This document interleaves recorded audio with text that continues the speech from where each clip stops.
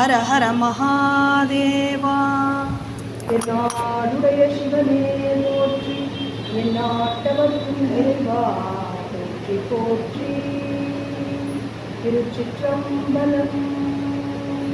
சத்குருநாத் மகாராஜ் கி ஜெய். यस्य स्मरणमात्रेण नाम भक्तिः प्रजायते तं नमामि यतिश्रेष्ठं बोधेन्द्रं जगतां गुरुं नन्दसूनुं राधिकां च भावयन्तं सदा हृदि वन्देऽहं गुरुदेवं तं कृष्णप्रेमरसप्रदं हृदये सुन्दराकारं सदैकप्रियदर्शनम् अज्ञाननाशकं देवं सद्गुरुं मुरलीधरं मूकं करोति वाचालं पङ्गुं लङ्घयते गिरिं यत्कृपातमहं वन्दे परमानन्दमाधवम्. माधुरी प्रेमितवात्सल्यपात्र मधुरवचन मुरलीधर शिष्य मंगल शुभकर आनन्दगात्र मम गुरु जय देव नमो नमस्ते.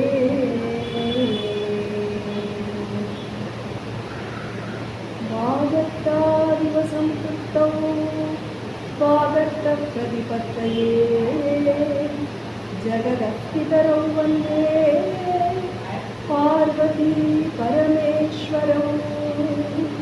जगदस्थितरौ वन्दे पार्वती परमेश्वरौ. हर नमः पार्वती पतये हर हर महादेवा. तेनाडुடைய சிவனே போற்றி, எந்நாட்டவர்க்கும் இறைவா போற்றி போற்றி. ராதே கிருஷ்ணா. ரொம்ப அருமையான இந்த மாலை பொழுதுல பாகவத தர்மத்துல சொல்லி இருக்கக்கூடியதான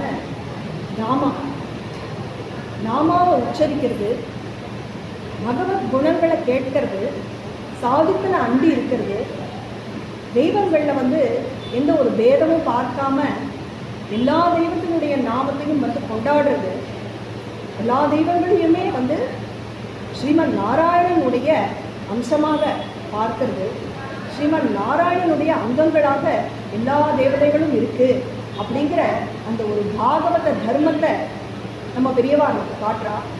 சத்குருநாதர் எந்த பேதங்களும் கற்பிக்காம எல்லார்கிட்டையும் பகவானை பார்க்க சொல்லித்தரார்.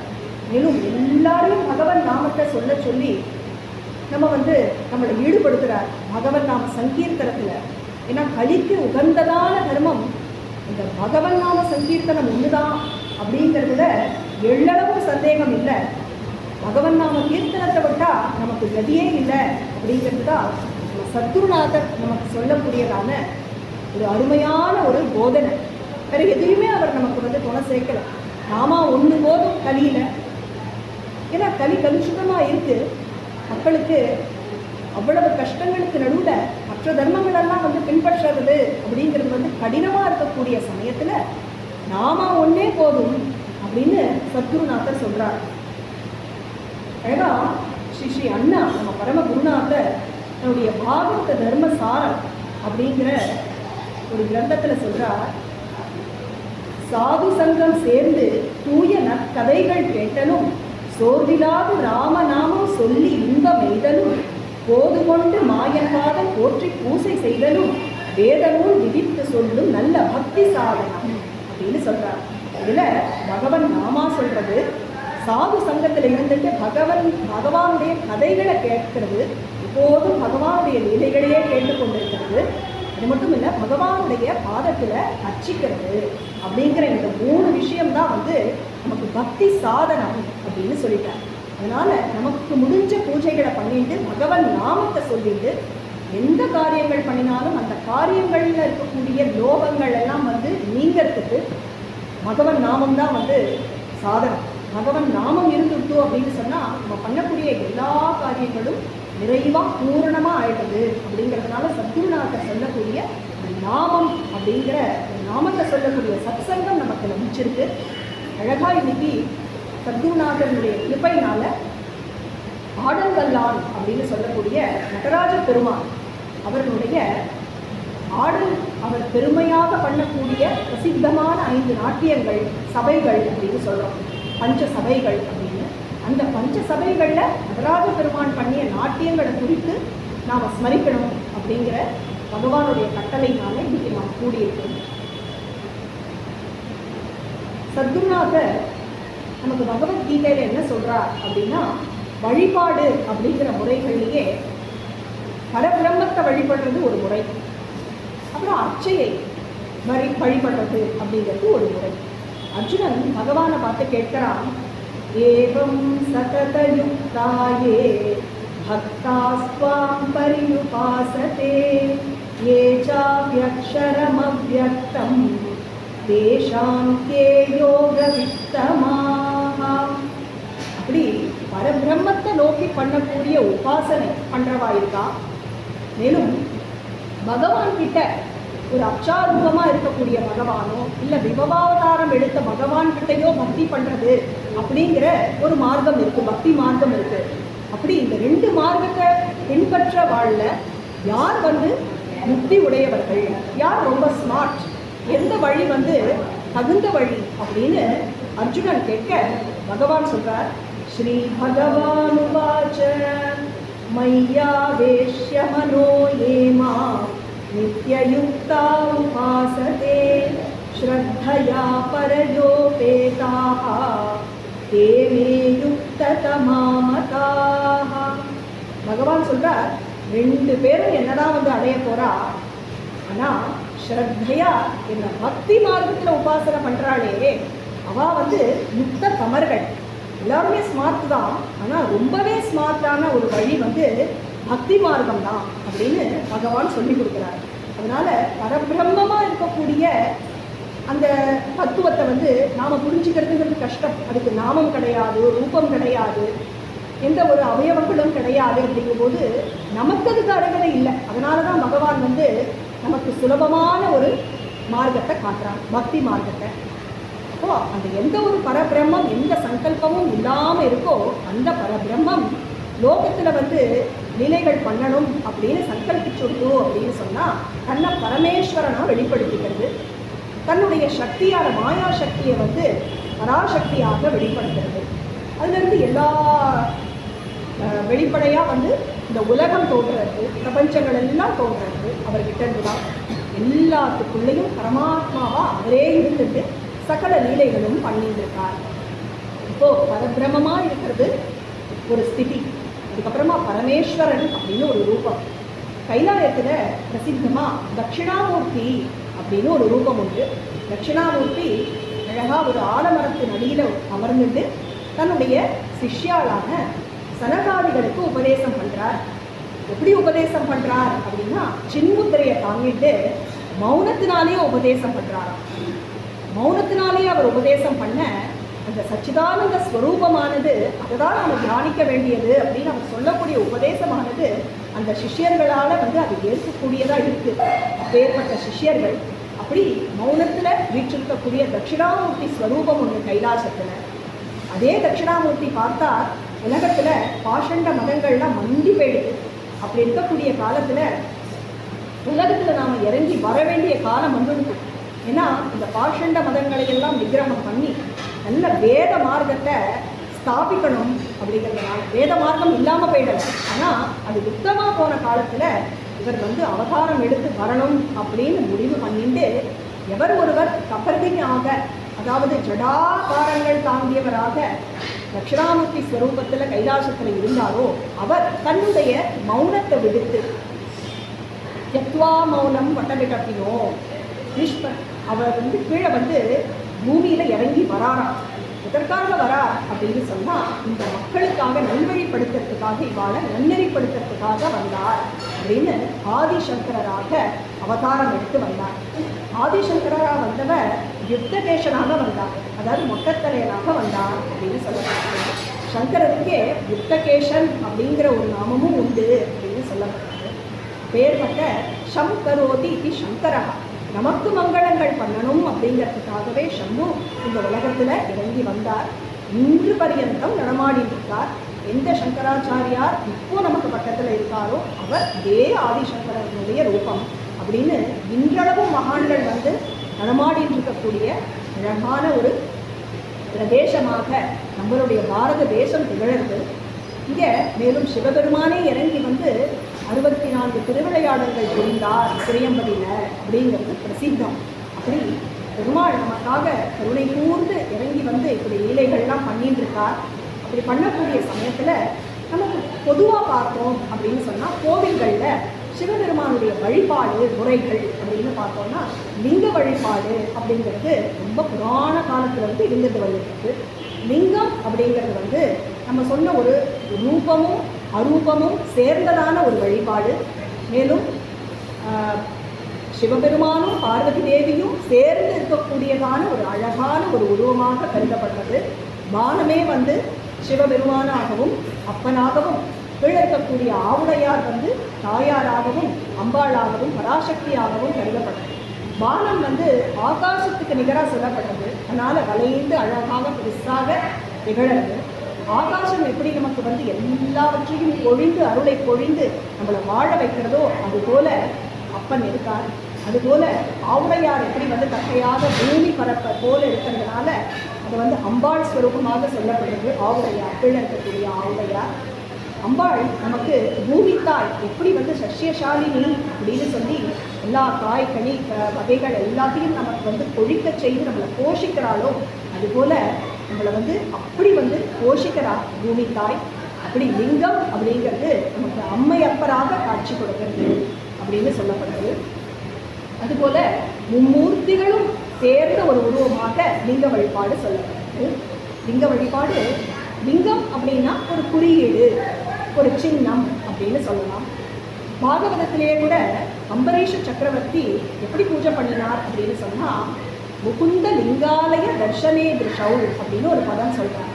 முகுந்தனுடைய லிங்க ஆலயம், முகுந்தனுடைய அச்சு இருந்ததான ஆலயத்தை நிதமும் போய் வழிபடுறத ஒரு வழக்கமாக வச்சிருந்தார் அம்பரீஷ சக்கரவர்த்தி அப்படின்னு சொல்லப்படுது. அதனால் லிங்கம் அப்படிங்கிறது ஒரு குறியீடு.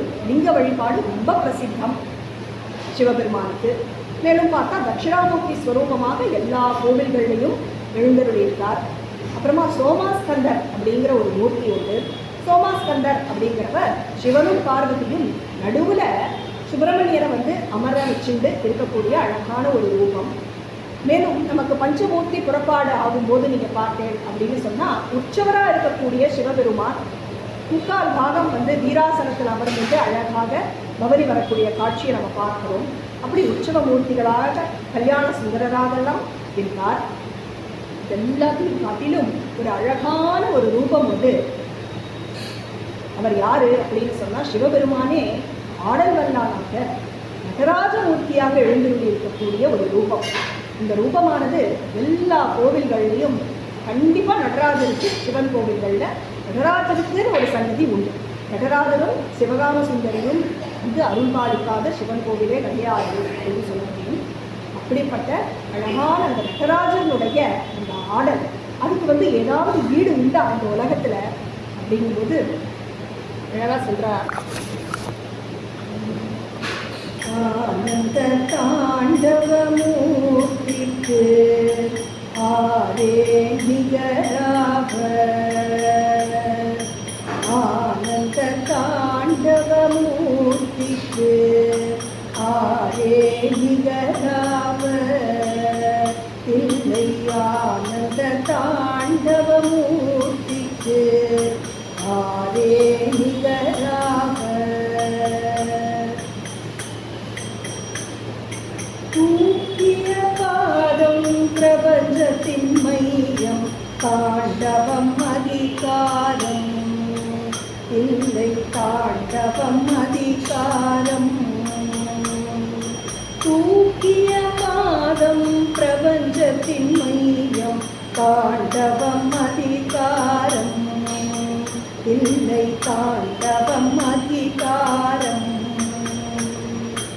ஆடிய பாதம் அன்பர்கள் காண ஆனந்தம் ஆனந்தம் பேரானந்தம் ஆனந்தம்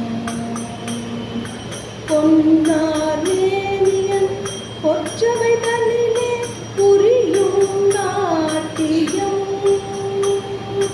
கார்முழுதும் சமம் மங்களம் சுபிக்ஷம் போற்றுவோம் அவன் நாமம்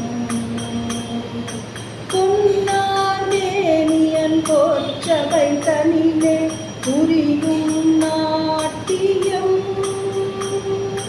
கார்முழுதும் சமம் மங்களம் சுபிக்ஷம் போற்றுவோம் அவன் நாமம் போற்றுவோம் அவன் நாமம் நர்த்தன சுந்தர நடராஜா சிவகாமி பிரிய சிவராஜா நர்த்தன சுந்தர நடராஜா சிவகாமி பிரிய சிவராஜா நர்த்தன சுந்தர நடராஜா சிவகாமி பிரிய சிவராஜா நர்த்தன சுந்தர நடராஜா சிவகாமி பிரிய சிவராஜா பொன்னார் மேனியன் பொற்றவை தனிலே புரியும் நாட்டியம் பார்முழுதும் சமம் மங்களம் சுபிக்ஷம் போற்றுவோம் அவன் நாமம் இல்லை ஆனந்த தாண்டவமூர்த்திக்கு ஆரே நிகராவர் ஆரே நிகராவர். ஹர நம பார்வதி பதையே ஹர ஹர மகாதேவா. இவ்வாறாக ஆனந்த தாண்டவ மூர்த்தியான நடராஜ பெருமானுடைய அந்த ஒரு நடனமானது எதற்காக அப்படின்னா இந்த பிரபஞ்சத்தினுடைய ஒரு கட்டுப்பாடு அது அவர் கையில் இருக்கு அப்படின்னு காட்டுறார். ஒரு காஸ்மிக் பேலன்ஸ் அப்படின்னு சொல்லப்பட்டது. நடராஜனுடைய தூக்கிய திருவடி இருக்கே, அந்த குஞ்சித பாதமானது அதனுடைய அந்த கட்ட விரல் நுனி இருக்கே, அதுதான் இந்த உலகத்தினுடைய இந்த பூகோளத்தினுடைய இந்த மேக்னெட்டிக் சென்டர் அப்படின்னு சொல்கிறோம் இல்லையா, அந்த புவி ஈர்ப்பு சக்தின்னு ஒன்று இருக்கே நமக்கு இந்த பூமியினுடைய சென்டரில் அந்த மத்தியில் இருக்கக்கூடிய அந்த இடத்தை குறிக்கிறதாக அமையலாம். மேலும் சிதம்பரத்தில் என்ன விசேஷம் அப்படின்னா, சிதம்பரமே நம்ம உடலை போன்று சொல்லப்படுது. சிதம்பரமூர்த்தி எங்கே ஆடுறார் அப்படின்னா நம்மளுடைய சித் சபையில் ஆடுறார். அதனால தான் சித் சபேஷன் அப்படின்னு சொல்லப்படுறது. நம்ம உடலை சிதம்பரநாதனுடைய கோவிலுக்கு ஒப்பாக சொல்கிறா பெரியவாள்லாம். எப்படின்னா நம்ம உடலில் 9 துவாரங்கள் இருக்குது. அதுபோல் தில்லையிலையும் 9 வழிகள் இருக்குது. தில்லை கோவிலுக்குள்ளே போகிறதுக்கு 9 வழிகள் இருக்குது அப்படின்னு சொல்லப்படுறது. 5 கோஷங்கள் சொல்கிறோம் இல்லையா நம்ம உடலில், அதுபோல் தில்லையிலையும் 5 பிராகாரங்கள் சொல்லப்படுறது. நம்ம மூச்சு விடுறோம் இல்லையா நித்தியமும், அந்த மூச்சு 21,600 அப்படின்னு தோராயமாக ஒரு கணக்கு சொல்கிறாங்க. அத்தனை தங்க தகடுகள்னால வேந்திருக்காம் அந்த பொன்னம்பலம் அப்படின்னு சொல்லக்கூடிய இடம். மேலும் நம்ம உடம்புல இருக்கக்கூடிய நாடிகள் அப்படின்னு பார்த்தா 71,200 நாடிகள் இருக்கு. அதற்கு சமமாக 71,200 ஆணிகளால் அந்த தகடுகள் அங்கே முடுக்கப்பட்டிருக்கு பொன்னம்பலத்தில்னு சொல்லப்படுது. நம்மளுடைய ஹிருதயம் இருக்கு இல்லையா, அதுதான் ஹிருத் ஆகாசம் அப்படின்னு சொல்லக்கூடிய இடம். நமக்கு சிதம்பரமே ஆகாசஸ்தலம் அப்படின்னு சொல்லப்படுது. ஆகாசம் பஞ்சபூத ஸ்தலங்களில் ஆகாசஸ்தலமாக சொல்லப்படுது தில்லை அம்பலம். அந்த ஆகாசஸ்தலத்தில் நம்ம ஹிருதயத்தில் எப்படி இருக்கக்கூடியது, புண்டரீக மத்தியில் இருக்கக்கூடிய அந்த ஹிருதயாகாசத்தில் நம்ம ஆத்மஸ்வரூபமாக இருக்கக்கூடிய எம்பெருமான் நடனம் புரியறாரோ அதைத்தான் அங்கே தில்லை அம்பலத்தில் சித் சபேஷனாக அவர் பண்ணக்கூடிய ஆனந்த தாண்டவம் அமைஞ்சிருக்கு அப்படின்னு சொல்லப்படுது. அதனால் கோவிலில் இருக்கக்கூடிய பெருமாளை நாம் பார்க்கும்போது நமக்கு என்ன தோணணும் அப்படின்னா, நம்ம உடலுக்குள்ளேயே நம்ம ஆத்மாவாக அந்த நடராஜ பெருமாள் என்றும் ஆடின்னு இருக்கார். அவரது ஆத்மாவாக அந்த சித் ஸ்வரூபமான அந்த ஒரு பரம்பொருள் உள்ள இருக்கிறதுனால தான் நமக்கு எல்லா புலன்களும் வேலை செஞ்சுட்டு இருக்கு அப்படிங்கிற அந்த ஒரு உணர்வு நமக்கு வரணும். அப்படிங்கிறது தான் நமக்கு இதிலிருந்து தெரியக்கூடிய ஒரு தத்துவம் அப்படின்னு சொல்லப்படுது. சிச்சுவேஷனுடைய அந்த அழகு வந்து அதை பற்றி வந்து பேசணும் அப்படின்னு சொன்னால் பெரியவாள்லாம் பேசாத பெரியவாளே கிடையாது. நடராஜனுடைய ஆட்டத்தை வந்து யார் தான் பாடலை இல்லையா? முக்கியமாக பார்த்தோம் அப்படின்னு சொன்னால் திருநாவுக்கரசர் வந்து ஒரு பாசுரத்தில் ஒரு பதிகத்தில் சொல்கிறார், இந்த பதிகம் தெரியாதவாளே இருக்க முடியாது. எந்த பதிகம் வேணாலும் வந்து எல்லாரும் வந்து கற்றுக்கலை அப்படின்னு சொல்லலாம். ஆனால் இந்த பதிகம் தெரியாதவாளே இருக்க முடியாது.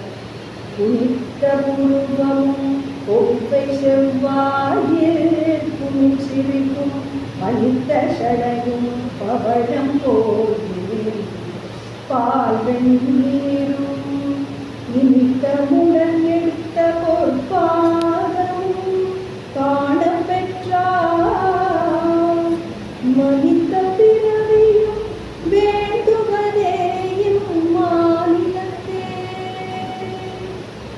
திருநாவுக்கரசர் சொல்றார், அவருடைய பெயரே என்ன அப்படின்னா, இந்த நாவுக்கு அரசர் அப்படிங்கிறவர் சிவபெருமான் தான் அப்படின்னு சொல்லக்கூடியவர் தான் திருநாவுக்கரசுன்னு சொல்லிகிட்டே இருந்ததுனாலேயே அவருக்கே திருநாவுக்கரசர் அப்படிங்கிற பெயர் வந்திருக்கு.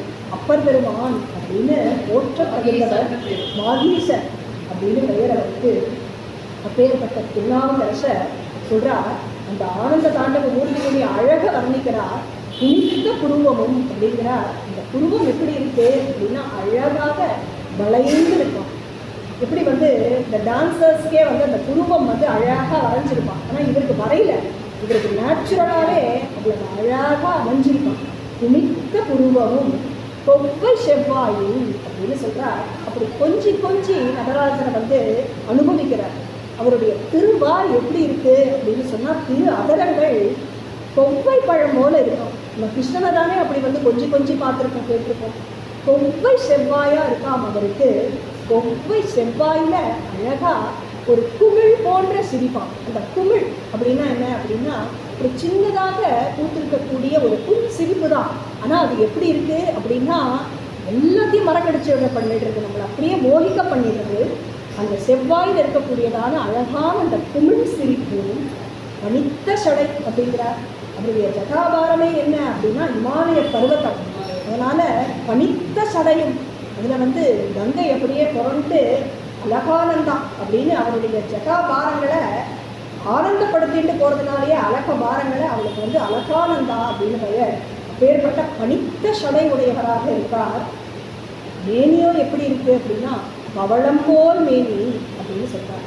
எப்படி வந்து உருத்தி வார்த்த தங்கம் எப்படி இருக்குமோ அப்படி இருப்பார் அப்படின்னு சுந்தரமூர்த்தி நாயனார் சொல்றார். இதுல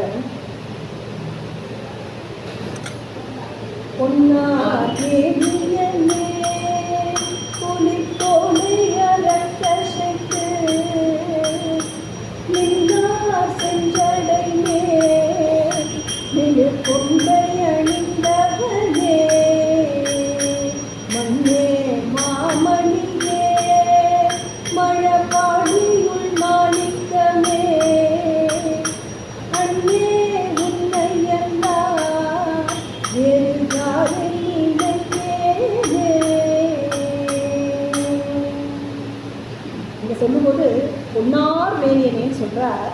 இப்படி உருக்கி வார்த்த தங்கம் போல இருக்கா, பசும் பொன் அப்படின்னு சொல்லுவோம் இல்லையா, அப்படி இருக்கா சொக்கத்தழல் மேனி. சொக்கர் அப்படின்னு பெயர் அவருக்கு. பேர்பட்ட பவழம் போன்ற மேனியில் நல்ல வெண்மையான திருநீர் அணிஞ்சுட்டு இருக்காராம். அது எப்படி இருக்குன்னா பால் வெந்நீரும் அந்த சிவன் இருக்கக்கூடிய அந்த உடல்ல அணிந்திருக்கக்கூடியதான அந்த அந்த திருநீர் அப்படிங்கிறது எவ்வளவு அழகாக பிரகாசிக்கிறது அப்படின்னு கொண்டாடுறார்.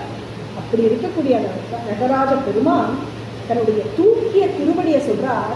அதுதான் மோட்சம் அப்படின்னு நம்ம சொல்லிக்கிறோமே, கைவல்யம் முக்தி அப்படின்னு சொல்றத நமக்கு கொடுக்கக்கூடியதாக அருளல் அப்படிங்கிற அந்த ஒரு கிருத்தியத்தை பண்ணக்கூடியதாக இருக்கக்கூடியது அந்த நடராஜ பெருமானுடைய அந்த குஞ்சித பாதம். அதை சொல்றார், நிமித்தமுடன் எடுத்த பொற்பாதம்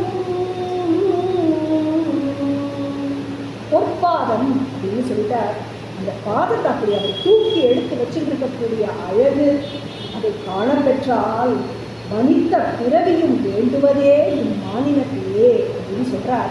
மீண்டும் மீண்டும் மீண்டும் முக்தி தான் கொடுத்துடுறது அந்த கால், அந்த குஞ்சித்த பாதம் இருந்தால் கூட இந்த அழகை மறுபடியும் பார்க்கணுமே, இந்த அழகை வந்து பூமியில் இருந்தால் தானே இந்த அழகை பார்க்க முடியும் அப்படிங்கிறதுக்காக மேலும் மேலும் சிதம்பரம் போகணும் சிதம்பரம் போகணும் சிதம்பரம் போகணும் அப்படிங்கிற ஆசை உடைய பக்தாள் என்ன நினைப்பா அப்படின்னா, மீண்டும் மீண்டும் மீண்டும் பிறந்து வந்து இந்த மனித பிறவியை எடுத்து இந்த மாநிலத்திலேயே பிறந்து மீண்டும் மீண்டும் சிதம்பரநாதனை தரிசனம் பண்ணணும், அவருடைய தூக்கிய திருவடியை தரிசனம் பண்ணணும் அப்படிங்கிறதே அவளுடைய வேட்கையாக இருக்கும் அப்படிங்கிறது தான் திருநாவுக்கரசர் நமக்கு அழகாக இங்கே சொல்லி காட்டுறார். இந்த ஆடல்கள்லாம் தன்னுடைய அந்த தத்துவத்தை பார்த்தேன் அப்படின்னு சொன்னால், சிவபெருமானுக்கே 5 அப்படிங்கிற அந்த ஒரு எண் வந்து ரொம்ப பிரசித்தம். அவருக்கே 5 முகங்கள் அப்படின்னு சொல்லுவான். பஞ்சபூதங்கள் அப்படின்னு சொல்கிறோம். இந்த பஞ்சபூதங்களையும் தன்னுடைய அதை தன்னை வந்து தான் ஆட்படுத்தி வச்சுருக்கார் அப்படிங்கிறத இந்த ஒரு ஆடலில் காட்டுறார். எப்படி காட்டுறார் அப்படின்னா, கையில் ஏற்றிருக்கக்கூடிய தீச்சட்டி அக்னி தன்னுடைய கண்ட்ரோலில், அதுபோல் தலையில் வந்து கங்கையை வச்சுருக்கார், அதனால் நீர் அவங்களுடைய வந்து ஆட்சியில் இருக்குது. அதுபோல் நிலம் அப்படின்னு சொல்கிறது வந்து நம்ம சேட்டலைட்ஸ் அப்படிலாம் சொல்கிறோம் இல்லையா, நம்ம பிளானட்ஸ் அப்படின்னு சொல்கிறோம். தன்னுடைய தலையில் வந்து பிறை நிலவை வந்து சூடின்னு இருக்கிறதுனாலேயே நிலத்தையும் வந்து தான் வந்து ஆட்சியில் வச்சுருக்கார் அப்படின்னு காட்டுறார். அதுபோல் மேலும் என்ன, ஆகாசம் அப்படின்னு சொல்கிறோம். ஆகாசத்தில் தான் அவருடைய அந்த நடனமே நடக்கிறது, ஆகாச ஸ்தலத்தில் தான் அப்படிங்கிறதுனால அனைத்துலேயும் அவரே வந்து வியாபிச்சிருக்கார் அப்படிங்கிறதுனால ஆகாசம் அவருடைய கட்டுப்பாட்டுக்குள்ளே இருக்குது. மேலும் காற்று அப்படின்னு நம்ம சொல்கிறோம் இல்லையா, வழி, அது வந்து நடராஜ பெருமானுடைய மூச்சு காற்று, அவருடைய சுவாசம் உச்வாசம், அதுவே வந்து அதை வந்து தான் எப்படி வந்து கட்டுப்பாட்டுக்குள்ளே வச்சிருக்காரோ அதுலேருந்தே தெரியறது வாயுவும் அவருடைய கட்டுப்பாட்டுக்குள்ளே இருக்குது அப்படின்னு காட்டுறாரு. அப்படி பஞ்சபூதங்களும் அவருடைய கட்டுப்பாட்டில் இருக்குது. அதுபோல் அவருடைய பஞ்ச சபைகள், அதுவும் பஞ்ச சபைகள், அவர் நடனமாடக்கூடியதும் 5 சபைகள் அப்படின்னு சொல்கிறோம்.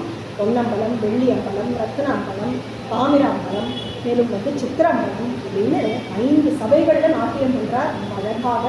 அப்பேற்பட்ட 5, மேலும் முக்கியமாக சொல்லணும் அப்படின்னா சிவபெருமானுடைய நாமம் பஞ்சாட்சரம், 5 அக்ஷரங்களுடைய நாமம் அப்படின்னு சொல்லப்படுறது. எல்லாமே 5 தானே. பஞ்ச புலன்கள் நம்மளுக்கு வந்து 5 இல்லையா, பஞ்ச இந்திரியங்கள் அப்படின்னு சொல்கிறாங்க. அப்படி 5 அப்படிங்கிறது பிரசித்தமாக இருக்கும்போது சிவபெருமான் 5 சபைகளில் நடனம் ஆடுறார் அப்படின்னு பார்க்குறோம். இந்த சிவபெருமான் எப்படி வந்து இறங்கி வரார், அதில் முக்கியமாக பொன்னம்பலம் அப்படின்னு சொல்கிறது இல்லை, சிதம்பரம் அப்படின்னு சொல்கிறோம். நம்ம சித்தே அம்பரமாக இருக்கக்கூடிய இடத்துல ஆடுறார் அப்படின்னு சொன்னோம். பிரத்யேகமாக வந்து சிதம்பரத்திலையும் நமக்கு வந்து காட்சி கொடுக்குறார் நடராஜ பெருமான். சிதம்பரம் ஆகாசஸ்தலம் அப்படின்னு சொன்னோம். பேர்பட்ட அந்த சிதம்பரத்துக்கு நிறைய பெரியவாள் வந்து அந்த நடராஜருக்காக ஏங்கியிருக்கா, அவளுக்காக இறங்கி வந்தார் இல்லையா. முதல்ல எப்போ வந்து நடராஜர் வந்து இந்த ஒரு ஆனந்த தாண்டவத்தை பண்ணினார் அப்படின்னா, தாருகாவனம் அப்படின்னு ஒரு வனம் இருக்குது. அந்த வனத்தில் ரிஷிகள் எல்லாம் தபஸ் பண்ணிட்டு இருக்கா, நிறைய வேள்விகளெல்லாம் பண்ணுறா. என்ன ஆயிடுது அப்படின்னா, இந்த வேள்விகள் பண்ணுறவா தபஸ் பண்ணுறவா இதெல்லாம் காலப்போக்கில் என்ன இவாளுக்கு மனசில் தோணிடுது அப்படின்னா, பெருமாள் சிவபெருமான் ஒருத்தர் கிடையாது, பெருமாள்னு ஒருத்தர் கிடையாது, நம்ம பண்ணக்கூடிய கர்மாவே தான் நமக்கு கடவுள், கர்மாவே தான் நமக்கு வந்து எல்லா பலன்களையும் கொடுக்கறது அப்படின்னு அவளுக்குள்ள ஒரு அசம்ஷன் ஆயிடுது. அதுவே வந்து பரவலாக போயிட்டு எல்லாருக்கும் அதே ஒரு நினைப்பு, மேலும் வந்து அலட்சியம், பக்தி பண்ணுறது அப்படிங்கிறதுனால ஒரு அலட்சியம் வந்துருக்குன்னா, நம்ம இப்படி கஷ்டப்பட்டு யாகங்கள்லாம் பண்ணுறோமே, தபசெல்லாம் பண்ணுறோமே, அதுக்கு மிஞ்சியா ஒன்று அப்படிங்கிற மாதிரி மாயை, பெருமாளுடைய அந்த மாயை அவளுடைய கண்ணை வந்து மறைச்சுடுது. அதனால் என்ன பண்ணிட்டு இருக்கா, கர்மற்றர்களாக போயிட்டான். அவள் பண்ணுறது வந்து தங்களுக்கு வந்து ஒரு சொர்க்கம் கிடைக்கணும் அப்படிங்கிறதுக்காக யாக யஜ்யங்கள்லாம் பண்ணிட்டு அப்படியே இருந்துருக்கா. தாருகாவனத்தில் ரொம்ப அகம்பாவம் மேலும் வாங்கி போயிருக்கவாள். இதை பார்த்ததும் சிவபெருமான் நினைச்சிருந்தார், அவளுக்கு பாடம் புகட்டணும் அப்படிங்கிறதுனால ரிஷிகளே இப்படி ஆயிட்டானா என்ன பண்ணுறது. அதனால் தாருகாவனத்துக்கு இறங்கி வரா, ஒரு பிக்ஷாடனர் வேடம் கொண்டு வரார், திகம்பரராக வரார். திகம்பரம்னா ஆடையே அணிஞ்சிக்காம வரார், இந்த திக்குகளே ஆடைகளாக வரார்கள். கூட வந்து மோகினி அப்படின்னு விஷ்ணுவினுடைய அவதாரமான மோகினி அவதாரத்தையும் அழைச்சிட்டு வர, அழகான ஒரு பெண் ரூபம் தரிச்சது விஷ்ணுவும் அவரோட வரா. இப்படி 2 பேருமா அந்த தாருகாவனத்தில் இறங்கி வந்ததும் இந்த யாகங்கள் பண்ணிட்டு இருந்த இந்த தீட்சிதாலாம் என்ன பண்ணினா அப்படின்னா, இந்த ரிஷிகள் எல்லாருமா சேர்ந்து இந்த பிக்ஷாடனரை பார்க்கறா, மோகினியை பார்க்கறார். மோகினியை பார்த்த உடனே மயங்கி போய் மோகினி பின்னாலேயே போக ஆரம்பிச்சுட்டார். அதுபோல் இந்த ரிஷி பத்னிகள்லாம் இருந்துட்டுருக்கா தாருபாவனத்தில். ரிஷிகளுக்கு வந்து அனுகூலமாக இருந்துட்டு எல்லா கைங்கரியங்களும் பண்ணிட்டு இருக்கவா யாக யஜ்யங்களுக்கு. அவள்லாம் சேர்ந்து இந்த பிக்ஷாடனர் பின்னாடி போக ஆரம்பிச்சுட்டான். இப்படி வந்து போக ஆரம்பிச்சதும் கொஞ்சம் நேரத்துக்கு அப்புறம் தான் அவளுக்கு வந்து மறுபடியும் அவளுக்கு சுய நினைவு வளருது. அடடா நம்ம தப்பு பண்ணுறோமே அப்படின்னு தெரிஞ்சதுக்கப்புறமா ரொம்ப கோபம் வந்துடுது இந்த ரிஷிகளுக்கெல்லாம். ரிஷிகளே ஜென்ரலாக சாபம் விட்டுருவாங்க இல்லையா. ரொம்ப கோபம் வந்துட்டு அவன் என்ன பண்ணுறா, இப்படியா எங்களை மயக்கத்துக்காக ஒரு ரூபம் எடுத்துட்டு பிக்ஷாடனராக யாரோ ஒருத்தர் வந்திருக்கார் அப்படின்னு உடனே அந்த பிக்ஷாடனரை என்ன பண்ணுறோம் பார் அப்படின்னு சொல்லி ஒரு பெரிய யாகம், ஆபிச்சார ஹோமங்கள் பண்ணக்கூடிய ஒரு யாகம் பண்ணி அதில் இருந்து பூதங்கள் எல்லாம் ஏவி விடுறான். புலியை ஏவி விட்ட உடனே சிவபெருமான் என்ன பண்ணினார், புலியை வந்து அடித்து அதை வந்து அதோடைய தோலை உரித்து எடுத்து அழகாக புலித்தோலை அரை கசைத்து அப்படின்னு கட்டிவிட்டார் இடுப்பில். உடனே அக்னியை வீசினான், அவன் மேலே ஏவினான். அவர் மேலே அக்னி சட்டி அப்படியே ஏந்திட்டு அக்னியையும் தன்னுடைய கட்டுக்காப்புக்குள்ளே கொண்டு வந்துட்டார். மானை விட்டார். ஏன்னா மான் வந்து எதை குறிக்கிறது அப்படின்னா சஞ்சலமான மனசை குறிக்கிறது. மான் வந்து துள்ளிகிட்டே இருக்கும் இல்லையா, மனசு எப்படி துள்ளிகிட்டே இருக்குமோ அதுபோல் அந்த மான் துள்ளிகிட்டே இருக்கிற மானை வந்து குதிச்சு கையில் வச்சுட்டார். மேலும் மானுக்கு 4 கால்கள் இருக்கு இல்லையா, இந்த 4 கால்களும் 4 வேதங்கள் போல. அப்போது அந்த வேதங்களுக்கு வந்து வேத வேண்டியனானவன் நான் தான் அப்படின்னு காட்டுறதுக்கு மானையும் பிடிச்சி வச்சுட்டார். கோடரியை விட்டா திரிசூலத்தை விட்டா எல்லாமே ஆயுதங்கள். துர்சக்திகளெல்லாம் நிகிரகம் பண்ணுறதுக்கு சிவபெருமான் அதை எல்லாத்தையும் எடுத்து வச்சுருந்தார். எல்லாத்தையும் தனக்கு ஆபரணமாக பண்ணிட்டார். பாம்புகளெல்லாம் ஏறி விட்டா, பாம்புகளையெல்லாம் அழகாக வந்து ஆபரணங்களாக பண்ணிட்டார், கங்கணங்களாக பண்ணிட்டார். கழுத்தில் வந்து ஒரு நாகாபரணமாக பண்ணிட்டார். கால்களில் வந்து சலங்கைகளாக பண்ணிட்டார். இப்படியெல்லாம் பண்ணிட்டார். அப்புறம் ஒரு ஆபிச்சார ஹோமம் பண்ணி அதிலிருந்து ஒரு அபஸ்மார தேவதையை ஏறி விட்டான். அவன் தான் முயலகன் அப்படின்னு ஏறிட்டு அப்படியே வந்து சீறிட்டு வரான் சிவபெருமான் மேலே. அந்த முயலகனை இழுத்து போட்டு தன்னுடைய வலது கால்னால அந்த முயலகனை அழுத்திட்டு இந்த வலது காலை தூக்கிட்டு அழகாக ஒரு நடனம் பண்ணுறார். இவள் அனுப்பிச்ச எல்லாத்தையும் கண்ட்ரோல் பண்ணி தன்னுடைய ஆதிக்கத்தில் வச்சுட்டு அழகாக ஒரு புன்முருவனோட சிரிச்சுட்டே ஒரு அழகான நாட்டியம் ஆனந்த தாண்டவம் பண்ணினார். அப்பேற்பட்ட அந்த தாண்டவத்தை மோகினி கூட இருக்கா இல்லையா, மோகினி வந்து கிருஷ்ணன் தானே வந்து குழல் எடுத்து வாசிக்கிறாளாம் கூட அந்த ஆட்டத்துக்கு. நந்தி தேவர் வந்து மிருதகம் வாசிக்கிறார். தேவர்கள்லாம் பூமாரி பொழிஞ்சுட்டு அப்படி வந்து ஜெயகோஷம் பண்ணிட்டு அழகாக அந்த ஆனந்த தாண்டவத்தை பார்க்குறா. அப்பேற்பட்ட ஆனந்த தாண்டவத்தை ஸ்ரீ அண்ணா வர்ணிக்கிறார். நிருத்யதி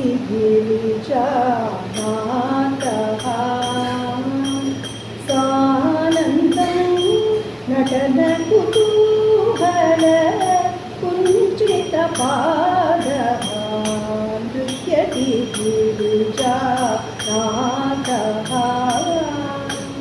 தையத்திகு தத்தோர்மோமிதி காலக்ரமணித நந்தி விமர்த்தித மர்த்தன சப்தித சபாமண்டபே சுரகண விமுகே நிருத்யதி நாதஹ சானந்தம் நடன குதூகல குஞ்சித பாதஹ. கிரிஜாநாதனான அந்த சிவபெருமான் பண்ணக்கூடிய அழகான இந்த ஆனந்த தாண்டவத்தை மோகினி பார்த்தார் இல்லையா, மோகினி அவதாரத்தில் இருந்த விஷ்ணு பார்த்துட்டு இருந்தார் இல்லையா. இந்த ரிஷிகள்லாம் என்ன பண்ணினா அப்படின்னா சிவபெருமானை வந்து தெரிஞ்சுட்டு உண்மையை புரிஞ்சுட்டு அவருடைய திருவடியில் விழுந்து வணங்கி தங்களுடைய க்ஷமாபணம் வேண்டிட்டார்கள். தங்களுடைய தவறை உணர்ந்தார்கள். சிவபெருமானிலே வந்து அப்போதிலிருந்து துதிக்க ஆரம்பித்தார்கள் அப்படின்னு அவரை திருத்தி ஆட்கொண்டார். அப்பேற்பட்ட நடனம் புரிஞ்சு அப்படின்னு அதில் பஞ்சகிருத்திய பராயணம் அப்படின்னு சொல்லுவோம். 5ன்னு சொல்லும்போது பஞ்சகிருத்திய பராயணத்தை சொல்லுவோம். 5 தொழில்கள் புரிகிறார் சிவபெருமான் அப்படின்னு சொல்கிறோம். அதில் முக்கியமாக 3 நமக்கு தெரியும். படைத்தல், காத்தல், அழித்தல் அப்படிங்கிறது நமக்கு தெரியும். படைத்தல் அப்படிங்கிறத வந்து நமக்கு எதில் காட்டுறார் அப்படின்னு சொன்னால், தான் சிவபெருமான் அந்த தன்னுடைய டமரு வச்சுருக்காங்க. அந்த டமருவிலேருந்து பம் பம் பம் பம்னு ஒரு நாதம் வருது இல்லையா, அது வந்து பிரணவத்துக்கு இணையான நாதம். அதுலேருந்து தான் இந்த உலகமே தோன்றிருக்கு. எல்லாமே சப்தத்திலேருந்து வந்தது தான். சப்தத்திலேருந்து தான் எல்லாமே இந்த பிரபஞ்சமும் தோன்றினது. அது அந்த சிவபெருமானுடைய டமருவிலிருந்து வந்ததுனால அடைத்தல் அப்படிங்கிறத பண்ணுறது சிவபெருமான் அப்படிங்கிறத காட்டுறதாக இந்த டமரு இருக்குது. அதுபோல் அழித்தல் அப்படிங்கிறது எதை காட்டுறது அப்படின்னா, அதை சுற்றியும் பார்த்தேன்னா ஒரு தீ வளையம் இருக்குது, கையிலையும் தீ சட்டி இருக்குது. தானே தன்னுடைய லீலைகள்லாம் முடிஞ்சதும் எல்லாத்தையும் அழிக்கிறது அப்படிங்கிற தொழிலையும் சிவபெருமானே பண்ணுறார். அதுபோல் காத்தல் அப்படிங்கிறத எங்கே காட்டுறார் அப்படின்னா, தன்னுடைய அபயஹஸ்தத்தினால காட்டுறார். தன்னுடைய இடது கை என்ன காட்டுறது, நமக்கு அபயம் அப்படின்னு காட்டுறது. நான் இருக்கேன், கவலைப்படாதீங்கோ அப்படின்னு காட்டக்கூடிய அந்த திருக்கரத்தினால அபயம், அழித்தல், அதை காத்தல் அப்படிங்கிற அந்த தொழிலை காட்டார். மேலும் 2 தொழில்கள் சொல்லப்பட்டது சிவபெருமானுக்கு. அது மறைத்தல், அழித்தல் அப்படின்னு சொல்கிறார். திரோபாவம், அனுகிரகம் அப்படின்னு 2 தொழில்கள் சொல்கிறார். அது என்ன அப்படின்னா, மாயையை நம்ம மேலே வீசி நமக்கு அந்த ஒரு மாயைன்னு நம்மளை மூழ்கடிக்கிறது, பெருமாளை தெரிஞ்சுக்காமல் இருக்கக்கூடிய ஒரு நிலையில் நம்மளை வைக்கிறது தான் அந்த ஒரு நிலை. அதை தான் முயலகன் அப்படிங்கிற, முயலகன் மேலே தன்னுடைய வலது காலை வச்சு அழுத்திட்டு இருக்கார் இல்லையா. என்ன காட்டுறதுன்னா, இந்த மாயைக்கு நம்ம ஆட்பட்டிருக்கோம். ஆனால் அந்த மாயை சிவபெருமான் தான் அந்த மாயையை கட்டுப்படுத்தி வச்சுருக்கார். அது அவர்களுடைய கைப்பாகு அப்படின்னு காட்டுறார். அதனால் அந்த மாயையை நம்ம மேலே ஏவறதும் அவர் தான். அதை மறுபடியும் நமக்கு அந்த மாயையிலிருந்து நமக்கு ஒரு தெளிவை கொடுத்து நமக்கு தன்னுடைய குஞ்சித பாதத்தையும் காட்டி, அந்த தூக்கிய திருவடியை காட்டி அதை பிடிச்சிக்கோங்க அப்படின்னு சொல்கிறதும் அவர் தான். அப்போது ஒவ்வொரு சமயம் நமக்கு ஒவ்வொரு அனுகிரகத்தை பண்ணுறாங்க. அந்த அனுகிரகம் அப்படிங்கிறது தான் அந்த குஞ்சித பாதத்தை காட்டி நமக்கு முக்தி அப்படிங்கிற நிலையை கொடுக்கறதும் சிவபெருமான். அதுதான் அழித்தல் அப்படிங்கிறது. அதனால் சிவபெருமானே நமக்கு மறைத்தல் அப்படிங்கிறதையும் பண்ணி அழித்தல் அப்படிங்கிறதையும் பண்ணுறார். அவரே நமக்கு ஞானத்தையும் கொடுக்குறார். அஞ்ஞானத்தையும் நமக்கு நம்ம மேலே போட்டு நம்மளை இந்த சம்சாரத்தில் உழல வைக்கிறதும் சிவபெருமான் தான்.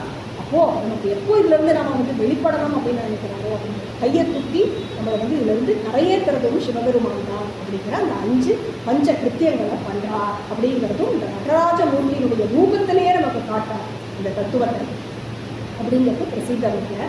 அப்போது இல்லை இந்த நடனம் பண்ணினார் இல்லையா தாருகாவனத்தில், இந்த நடனத்தை ஆதிசேஷன் மேலே படுத்துட்டு இருக்கக்கூடிய விஷ்ணு ஒரு சமயம் தியானம் பண்ணுறார். ரொம்ப கனத்து போயிட்டார்.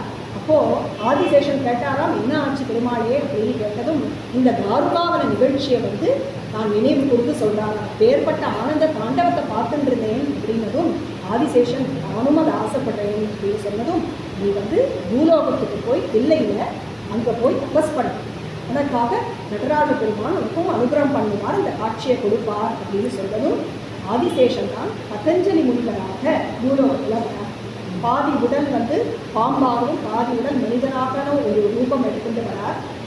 ஒரு ரிஷி அல்லது ரிஷி பத்தினியினுடைய அர்க்கியம் விடக்கூடிய கையில் அஞ்சலி ஹஸ்தத்திலிருந்து கீழே நழுவி ஒரு பாம்பு குட்டியாக விழுந்ததுனால பதஞ்சலி அப்படின்னு பெயர் பெற்றார். பதத்தி அப்படின்னா கீழே விழறது, அஞ்சலி ஹஸ்தத்திலிருந்து கீழே விழுந்ததுனால பதஞ்சலின்னு பெயர் பெற்றார். ஆதிசேஷனாக இருக்கிறதுனால பாம்பு உருவம் தாங்கி இருந்தார். தில்லையில் தபஸ் பண்ணிட்டு இருக்கார். அதே போல வியாகிரபாதர் அப்படிங்கிற முனிவர் மத்தியந்தினர் அப்படிங்கிற ரிஷியினுடைய புத்திரர், அவரும் இந்த ஆனந்த தாண்டவத்தை பார்க்கணும் அப்படிங்கிறதுனால சிவனை குறித்து தபஸ் பண்ணினார். சிவன் அவருக்கு வில்வங்கள்லாம் பறிக்கிறதுக்கும் புஷ்பங்கள்லாம் பறிக்கிறதுக்கும் புலிக்கால்களை கொடுத்தார் அப்படின்னு சொல்லப்படுது. அதனால் வியாகிரபாதர் அப்படிங்கிற பெயர் புலிக்கால்களை உடையவர் அப்படிங்கிறதுனால எந்த ஒசரக்க இருக்கக்கூடிய மரத்துலேயும் ஏறி அழகாக, அதாவது தேன் கூட மொழிக்காத பூக்களை பறித்து சிவபெருமானுக்கு அர்ச்சனை பண்ணணும்னு ஆசைப்பட்டார். அதனால் மரத்து மேலே ஏறணும் இல்லையா, அதுக்காக அந்த புலிக்கால்களை கொடுத்தாராம். அப்பேற்பட்ட வியாகிரபாதரும் திருமூலட்டானநாதர் அப்படின்னு சொல்லக்கூடிய சிவபெருமான வழிபட்டு இருக்கார். அப்படி 2 பேரும் தபஸ் பண்ணக்கூடிய இடத்துல ஆனந்த தாண்டவ மூர்த்தி இவாளுக்காக மறுபடியும் ஒரு திருவாதிரை தினத்தன்று மார்கழி மாதம் காட்சி கொடுத்து இந்த தாண்டவத்தை காட்டினார் அப்படிங்கிறது சரித்திரம். அதனால தான் திருவாதிரை ரொம்ப விசேஷம். அது மட்டும் இல்லை, சேந்தனார் அப்படிங்கிற ஒருத்தர் அவர்கிட்ட போய் சிவபெருமான் அவர் தாண்டவத்தை சேர்ந்தவர் தான். ஆனால் அவர் ஒரு விரதம் வச்சுருக்கார். நித்தியமும் ஒரு சிவனடியாருக்கு அன்னம் விட்டுட்டு தான் சாப்பிட்றது. ஒரு நாள் நல்ல மழை, அவருக்கு விறகு வெட்டி குறைக்கக்கூடியவர், விறகு மணிக்கு விற்கலை, என்ன பண்ணுறதுன்னு தெரியல. ஆத்திரையோ அரிசி கூட இல்லை, அக்ஷதையும் இல்லை, சிவனடியாருக்கும் அன்னமிடலை, என்ன பண்ணுறதுன்னு பார்த்துட்டு இருக்கும்போது சிவபெருமானே தேடிட்டு வந்துட்டார். ஏன்னா சிவனடியார்கள் அவரை எப்படி பார்க்குறா ஆவாலாம் அப்படின்னா பெருமானாகவே பார்க்கறதுனால சிவபெருமானே வந்துட்டாரா. வந்ததுனால அவர் ஆற்றுல இருந்த கேழ்வரகு மாவுனால ஒரு களியை கிண்டி கொடுத்தாராம் சிவபெருமானுக்கு. ரொம்ப சந்தோஷமாக சாப்பிட்டாராம் சிவபெருமான். அதை சாப்பிட்டுட்டு ரொம்ப நல்லா இருக்குப்பா, எனக்கு இது இன்னும் கொஞ்சம் கொடுக்குறியா அப்படின்னு பேக் பண்ணி வேற வாங்கிட்டு போனாராம் வாழை இலையில முடிச்சு. ரொம்ப சந்தோஷமாக ஆசையாக சாப்பிட்டதுனால வாயில் உடம்புல எல்லாம் ஒட்டின்னு இருக்குதான் சிவபெருமானுக்கு. மேலும் கையில் வேற எடுத்துட்டு போனார் இல்லையா, அது கீழே சிந்திண்டே போயிருக்கு ஆடல் வல்லானுடைய பொற்சபையில். எடுத்துட்டு போயிட்டார் உள்ள பொற்சபைக்கு போயிட்டு அங்கே போயிட்டாரா இரவு பொழுது. ஆலம்பர திருவாதிரை நன்னாள் அன்றைக்கி சிவபெருமானுக்கு வந்து திரையை திறந்து எல்லா ஆராதனைகள் பண்ண வந்து பார்த்தா கீழெல்லாம் களி சிந்தி இருக்கு. பெருமானுடைய உடல் திருமேனிலையும் வந்து களி ஒட்டின்னு இருக்கு. இதை பார்த்ததும் களி வந்து நைவேத்தியம் பண்ணுறதே பழக்கமே இல்லையே இது. அது மட்டும் இல்லாமல் என்ன அபச்சாரம் நடந்ததோ தெரியலையே, யார் வந்தான்னு தெரியலையே, கீழெல்லாம் இப்படி சிந்திச்சே அப்படின்னு கவலைப்படலாம். கண்டராதித்த சோழன் ஒரு சோழன் இருந்தானா, அவருடைய பூஜையில் நித்தியமும் சிவபெருமான் போய் நடனம் பண்ணுவார். அவருடைய அந்த சிறமொழி கேட்குமா அவருக்கு பூஜை முடிக்கிற சமயம். அப்போது அவர் வந்து ஊர்ஜிதப்படுத்திப்பாராம், ஆஹா சிவபெருமான் வந்தார், இன்னைக்கு நடராஜர் வந்து பூஜையை ஏற்று விட்டார் அப்படின்னு சந்தோஷப்படுவார். இவர் சேந்தனார் ஆற்றுக்கு போன அன்னைக்கு அந்த கண்டராதித்த சோழனுக்கு சிலம்பு சத்தம் கேட்கலை. அதனால அவரை கவலையோடு தூங்கிட்டு இருந்திருக்கார் இரவு. அப்போது இரவு அவருடைய கனவுல வந்து சொல்கிறார், நான் வந்து சேந்தனார் ஆற்றுக்கு போய் களி சாப்பிட்டேன் அப்படின்னு சொல்லியிருக்கார். இப்போது ஆலம்பரை எழுதட்டும் ராஜா வந்து பார்க்கிறார், இது போல் நடந்திருக்கு கோவில் அப்படின்னு. உடனே வந்து பார்த்ததும் ராஜா விசாரிக்கிறார், அந்த சேந்தனார் யார், அந்த சேந்தனார் யார் அப்படிங்கிறது சேந்தனார் கண்டுபிடிக்க முடியல வாழால். அப்போது தேர் திருவிழா நடக்கிறது. தேரை வந்து நடந்துச்சு இழுத்துட்டே போகிறா. ஒரு இடத்துல தேர் நின்று போயிடுது. இல்லையில் நின்று போனதும் அசரீரியாக எம்பெருமான் சொல்கிறார், சேந்தனாரே நீர் வந்து எனக்கு பல்லாண்டு பாடும் அப்படின்னு சொல்கிறார். அப்படி சொன்னதும் சேந்தனார் அந்த கூட்டத்திலிருந்து எங்கிருந்தோ வந்து பல்லாண்டு பாடினார். அவர் பல்லாண்டு பாடினதும் மடம் பிடிச்சு இழுக்காமையே தேர் வந்து நகர்ந்து எங்கே போய் சேர்ந்தமோ அவங்க சேர்ந்தனார். அப்போது சேந்தனாரை பார்த்துட்டாராம் கண்டராதித்த சோழன். அப்படின்னு பார்த்துட்டு அவரை வணங்கினார் அப்படின்னு. சிவபெருமான் அப்படி ஜாதி மதமெல்லாம் பார்க்கறது இல்லை, பக்தி ஒன்றுக்கு மட்டும்தான் வந்து கட்டுப்படுறார். அதனால் அந்த பக்தி ஒன்று உண்மையான தூய பிரேமை இருந்துட்டோம் அப்படின்னு சொன்னால் யாருக்கிட்டையும் போயிடுவார். ஆசுதோஷின் பெயர் அவருக்கு பேர் விட்டவர் சிவபெருமான். அதை சேந்தனாருடைய சரித்திரத்தில் சொல்கிறார். அதே போல் உமாபதி சிவம் அப்படின்னு ஒரு பெரியவர் இருந்தார், தீட்சிதர் வாழ்வர். சிவபெருமானை தொட்டு கைத்தறியம் பண்ணக்கூடிய அப்பேற்பட்ட குலத்தில் வந்தவர். ஆனால் அவர் வந்து என்ன பண்ணுறார் அப்படின்னா மறை சம்பந்தன்னு ஒருத்தர் இருந்தார். அவர் நல்ல ஞானமானா இருந்தார். அவர் சொல்லக்கூடிய போதனைகளை கேட்டதும் இவருக்கு இந்த ஜாதி மதங்கள் அதெல்லாம் அந்த ஒரு நம்பிக்கை இல்லாமல் போயிருக்கு. அதனால சிவபெருமான் பக்தியை தான் பார்க்கிறாருங்கிறத அவள் ரொம்ப வந்து கிளியராக இருக்கிறதுனால அவர் என்ன பண்ணினார், ஒரு சமயம் மறை சம்பந்தர் ஒரு நாள் செங்குந்தர்கள்லாம் இருக்காலாம், அவர்கிட்ட போய் கஞ்சி வாங்கி குடிச்சார். அவர் குடிக்கக்கூடிய கஞ்சி அவர்களுடைய இந்த முழங்கை வழிவார கீழே போகிறதாம். அதை போய் இவர் இந்த உமாபதி சிவம் அப்படிங்கிற பெரியவர் போய் அந்த கஞ்சியை வாங்கி குடிச்சுட்டாராம். இதை பார்த்ததும் எல்லையில் இருக்கக்கூடிய மற்ற தீட்சிதாரெல்லாம் வந்து இவரை ஒதுக்கி வச்சுடுறான். ஜாதி பிரஷ்டனா போயிட்டார் அப்படின்னு சொல்லிட்டு இவரை வந்து ஒதுக்கி வச்சுடுறான். இதுலேயே கலந்துக்க விட மாட்டேங்கிறான். அப்படி இருக்கும்போது அவராத்துக்கும் சிவபெருமானுக்கும் இதே போல போனார். அப்போது அவளுக்கெல்லாம் தரிசனம் கொடுத்தது திருவாதிரை நன்னாளில் அப்படிங்கிறதுனாலையும் திருவாதிரைக்கு அப்படி ஒரு விசேஷமாக சொல்லப்படுறது. நந்தனா சொல்லவே வேணும், சிதம்பரம் போவேணும், சிதம்பரம் போவேணும், சிதம்பரம் போவேணும் அப்படின்னு இருந்தார். அவருடைய ஜாதியை பார்த்தாரா சிவபெருமான். நந்தனார் வந்தால் என்னுடைய பக்தன் வந்திருக்கான்னு அவனை வந்து அழைச்சிட்டு வாங்கோ அப்படின்னு சொன்னார். அவர் தான் வந்து அந்த காலத்தில் இருந்த அந்த ஒரு கட்டுப்பாட்டுக்கெல்லாம் பயந்தார். அதனால் வந்து ஒரு சுத்தாம் பாகவதியின் தனும் அப்படின்னு அந்த ஒரு பாகவத சரீரத்தை எடுத்துட்டு தான் அதுக்கு மேலே தான் அவர் வந்து சிதம்பரத்துக்குள்ளே பிரவேசித்தார் அப்படின்னு சொல்லப்படுது. ஆனால் பெருமான் வந்து எப்போதும் ஜாதி அந்த வேதங்களே பார்க்கறது கிடையாது. தூய அன்பு ஒன்றுக்காக வந்து கட்டுப்பட்டுருக்கிறார். ஒரு தும்பப்பூவை போட்டாலும் சந்தோஷப்பட்டுகிறார். எதுவுமே நம்ம தலையில் சுட்டிக்கிற பூக்கெல்லாம் அவர் வந்து அதுக்காக அவர் வந்து ஆசைப்படக்கூடிய நமக்கு எதுக்குமே உபயோகப்படாத கொன்னப்பூ, தும்பப்பூ, எருக்கம்பூ இதெல்லாம் போட்டாலே ரொம்ப சந்தோஷப்படுறார். முன் இருக்கக்கூடிய வெள்ளத்தில் கூட நீ எடுத்து போடும், எதானாலும் போடுப்பா எனக்கு, ஆனால் அவனுடைய பாவத்தை தான் நான் பார்க்குறேன் அப்படின்னு சொல்கிறார். சாக்கிய நாயனார் கல்லெடுத்து அடித்தார், ஆனாலும் சிவபெருமான் அவருடைய பாவத்தை தான் பார்த்தார். அந்த கல்லெடுத்து அடித்தாலும் சமண மதத்துக்கு போயிட்டார். அங்கேருந்து சிவபெருமானை பூஜை பண்ணணுங்கிற ஆசை மட்டும் அவருக்கு போகலை. சிவபெருமானை பார்க்கும்போது அப்படி மனசு துடிக்கிறது. ஆனால் இந்த சமணர்கள்லாம் என்ன பண்ணுவான் அப்படின்னா சிரச்சேதமே பண்ணிடுவான் திரும்பி போனால் சைவ மதத்துக்கு. அதனால் கல் எடுத்து அடிக்கிறார்.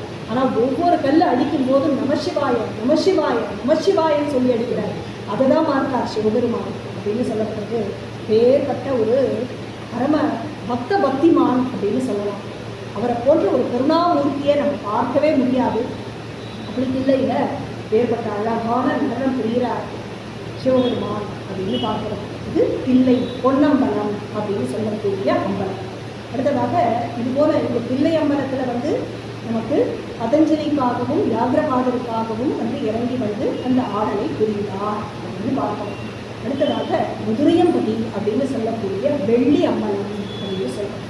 இங்கேயோ ஆனந்த தாண்டவம், வெள்ளி அம்பலத்தில் பண்ணக்கூடியதோ சந்தியா தாண்டவம் அப்படின்னு சொல்லப்படுது. மதுரையம்பதிக்கு ரொம்ப பெருமை உண்டு. மதுரை அப்படின்னு சொன்னாலே தமிழ் வளர்த்த மதுரை, சங்கத்தமிழ் அப்படின்னாலே மதுரை தான். மேலும் சிவபெருமான் மனமுவந்து 64 திருவிளையாடல்களும் புரிந்தது மதுரையம்பதியில தான். மதுரையம்பதியில் அப்பேற்பட்ட புலவர்கள்லாம் வாழ்ந்தா, இண்டி கடந்தா அப்படின்னு சொல்லப்படுறது.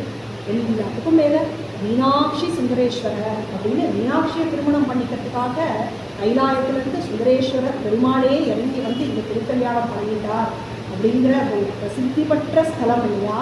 இங்கே திருநாவுக்கரசர் எப்போதுமே ஒரு தாசிய பாவத்தில் தைரியத்தையோட வந்து பெருமானை பாடுவார். அவர் பாடக்கூடிய ஒரு அழகான ஒரு பதிகம் மதுரையம்பதியில வாயானை மனத்தானை மனத்துள் நின்ற கருத்தானை கருத்தறிந்து முடிப்பான் தன்னை தூயானை தூவெள்ளை ஏற்றான் தன்னை சுடர் திங்கள் சடையானை தொடர்ந்து நின்றன் தாயானை தவமாய தன்மையானை தலையாய தேவாதி தேவர்க்கென்றும் சேயானை தென்கூடல் திருவாடவாய் சிவனடியே சிந்திக்க பெற்றேன் நானே. இங்கே சிவபெருமானுடைய தூக்கிய திருவடியை பற்றி நம்ம பார்த்தோம் இல்லையா.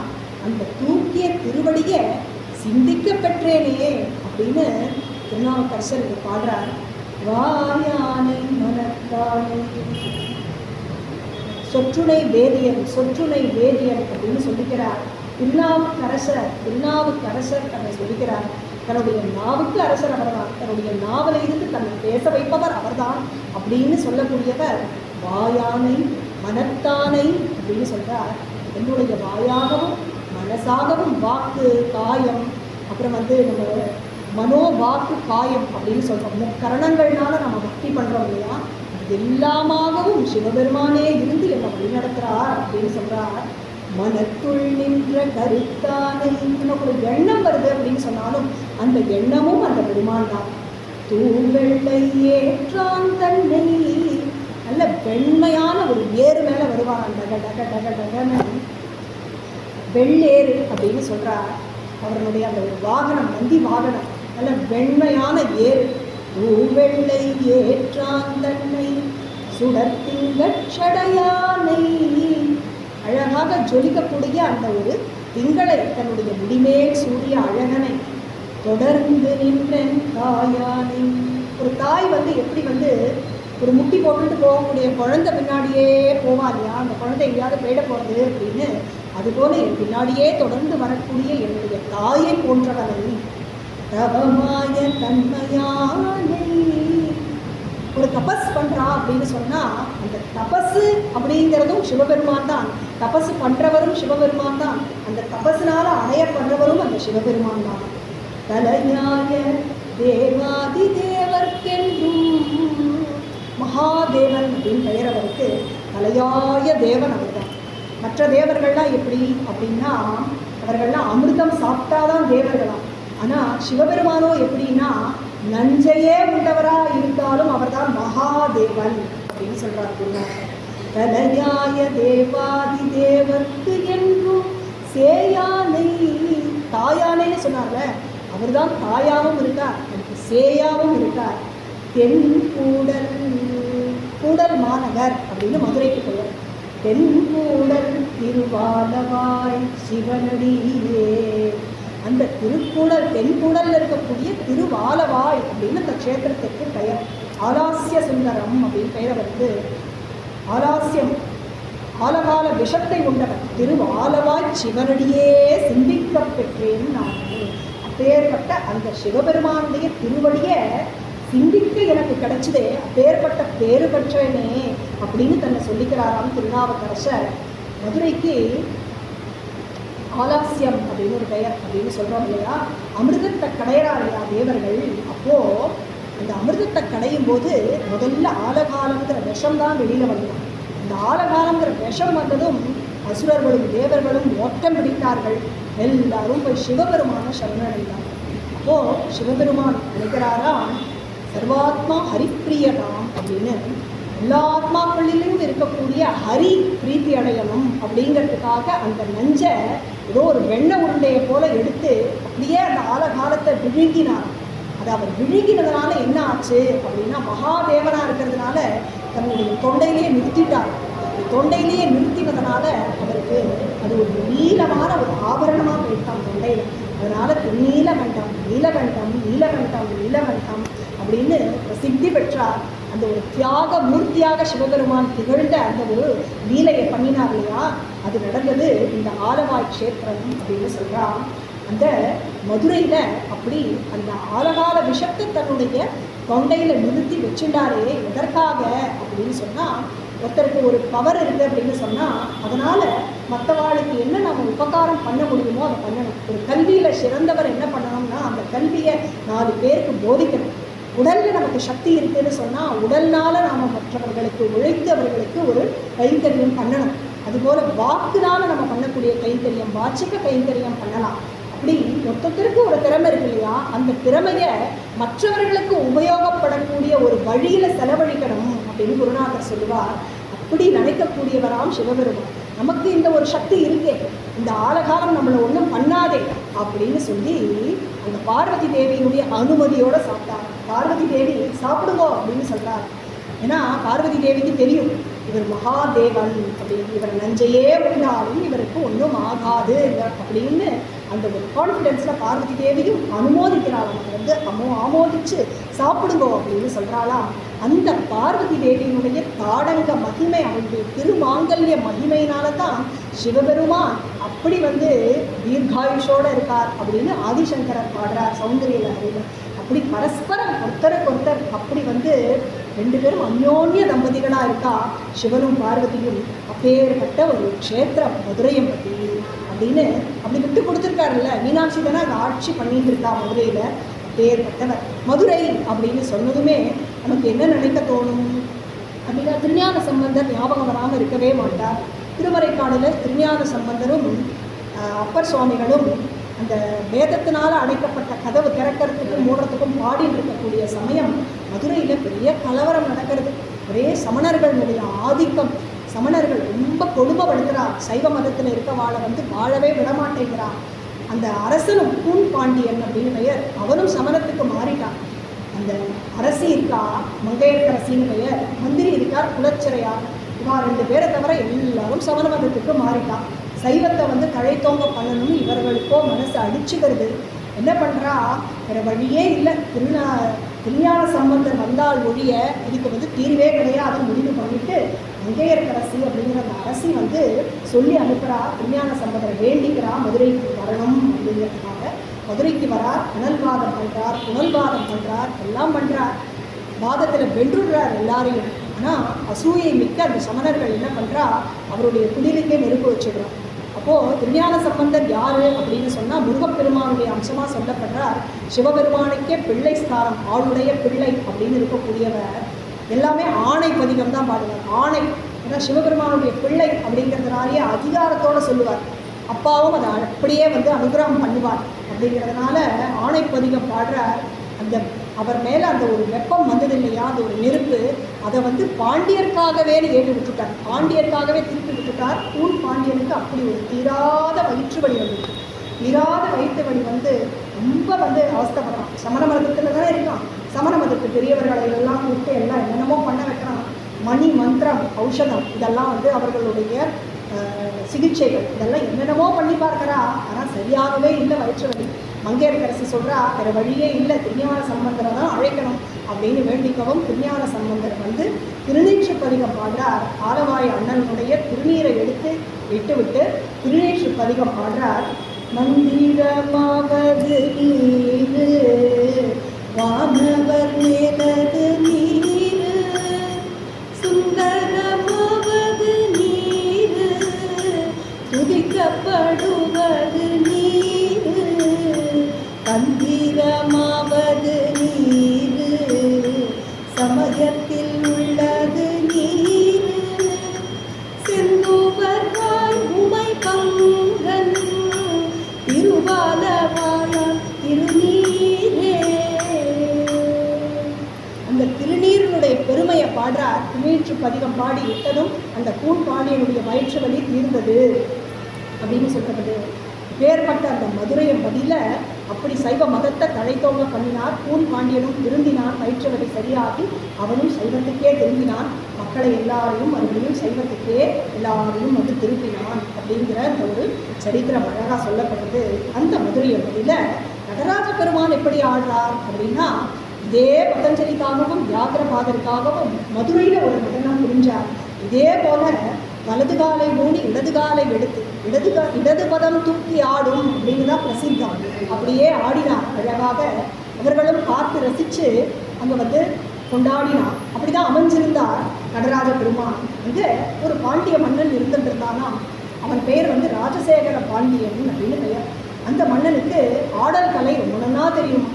ஆடல் கலை தெரிஞ்சவனாக இருக்கிறதுனால அந்த மன்னன் சிவபெருமான நடராஜரை போய் வழிபடுறான். இங்கே வெள்ளி அம்பலம்னு சொல்லப்பட்டது மதுரையில். வெள்ளியினால் வேயப்பட்ட ஒரு அம்பலத்தில் ஆடுறாங்க.